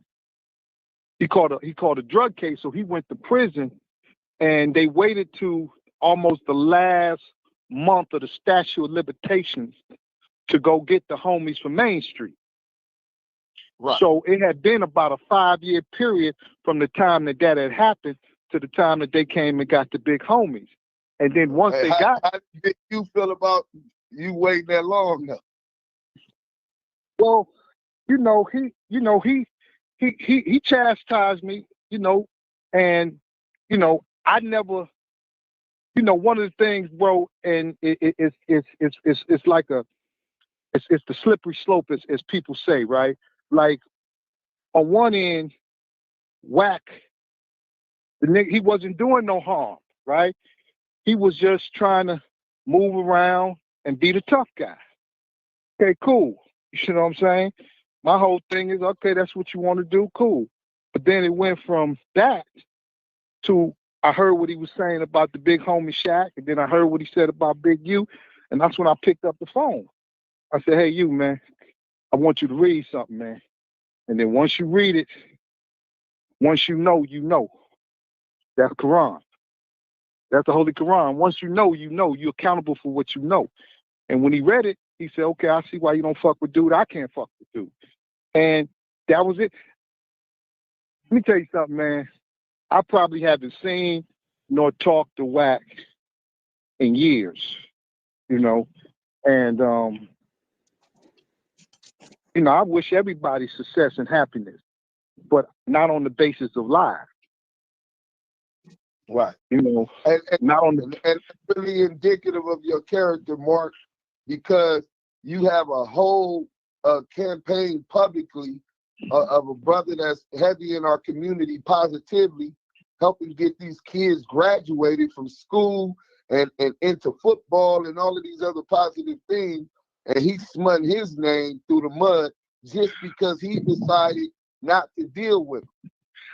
And brother, well put. Look, I call the homie Big U all the time. I call him the naked truth. And he always be like, why you call me the naked truth? I said, because Wack is the well-dressed lie.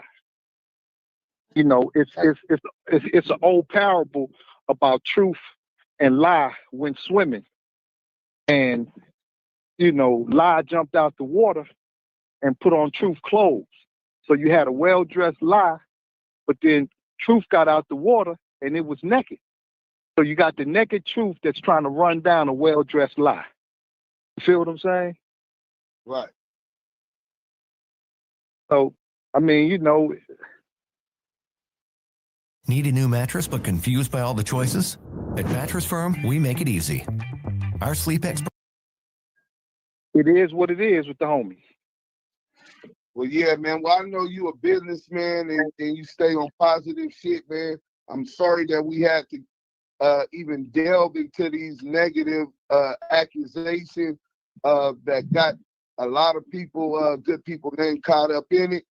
You needed to get the truth where truth appears, falsehood disappears, man. And I wanted to hear that for myself, man. Man, hey, man, I appreciate you, man. And, God bless. But like I said, man, it's a lot of things is just a well-dressed lie. That's all I can say. Right. And that's what Cash Jones is. He is the well-dressed lie. Yeah, and Big U is the naked truth. It is what it is. He always stood on the side of truth. He ain't never wavered from that. From the time I gave him that paperwork, I watched him take assault after assault because he just did the right thing. He just said, I can't fuck with you. And I'm so glad that he ain't responded publicly to these negative lies because he's above that shit. Let him stay low and you just stay high. Don't let this man trick you up off the street or the feeling like you got to address every lie he makes up every day. Well, and then you got to understand too, bro. It's like I told you about throwing a rock and hiding your hand. What's the motive for throwing the rock to begin with? Like, we know the rocks is being thrown, but what's the motive? Like, only thing I saw the homie Big U do, put out a great documentary on hip hop. I see him, man, putting these kids through college and sending them like I'm trying to understand what's the motive, or it's a motive that we can't comprehend because we don't think on those levels. You feel me? Hey, that's perfectly said. And I'm gonna tell you this: in all of my life, being from the community of South Central Los Angeles, only time I ever heard of a public artificial dissemination of disinformation was through COINTELPRO and J. Edgar Hoover, man. And I'm just gonna drop that jewel and let you go, man. Man, I appreciate y'all, man. Y'all have a good day, man. Likewise, King. Brother. All right, salam alaikum. Wa alaikum assalam.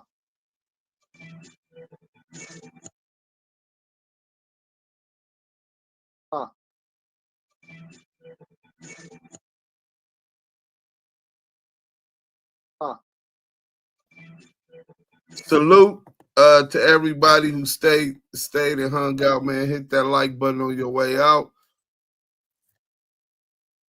Tap in. Hurry up and move this up. Y'all tap in for tomorrow. Oh, we got the Gilbert Arenas reaction. I dropped that in the morning. It's already 12 o'clock down there out here. Hey, salute. I didn't even find that wasn't even the right Money Mark Stevens video. I guess I'll run that tomorrow. I was looking for it right now. But in any event, salute to y'all. Jamu Kiwe Conversation.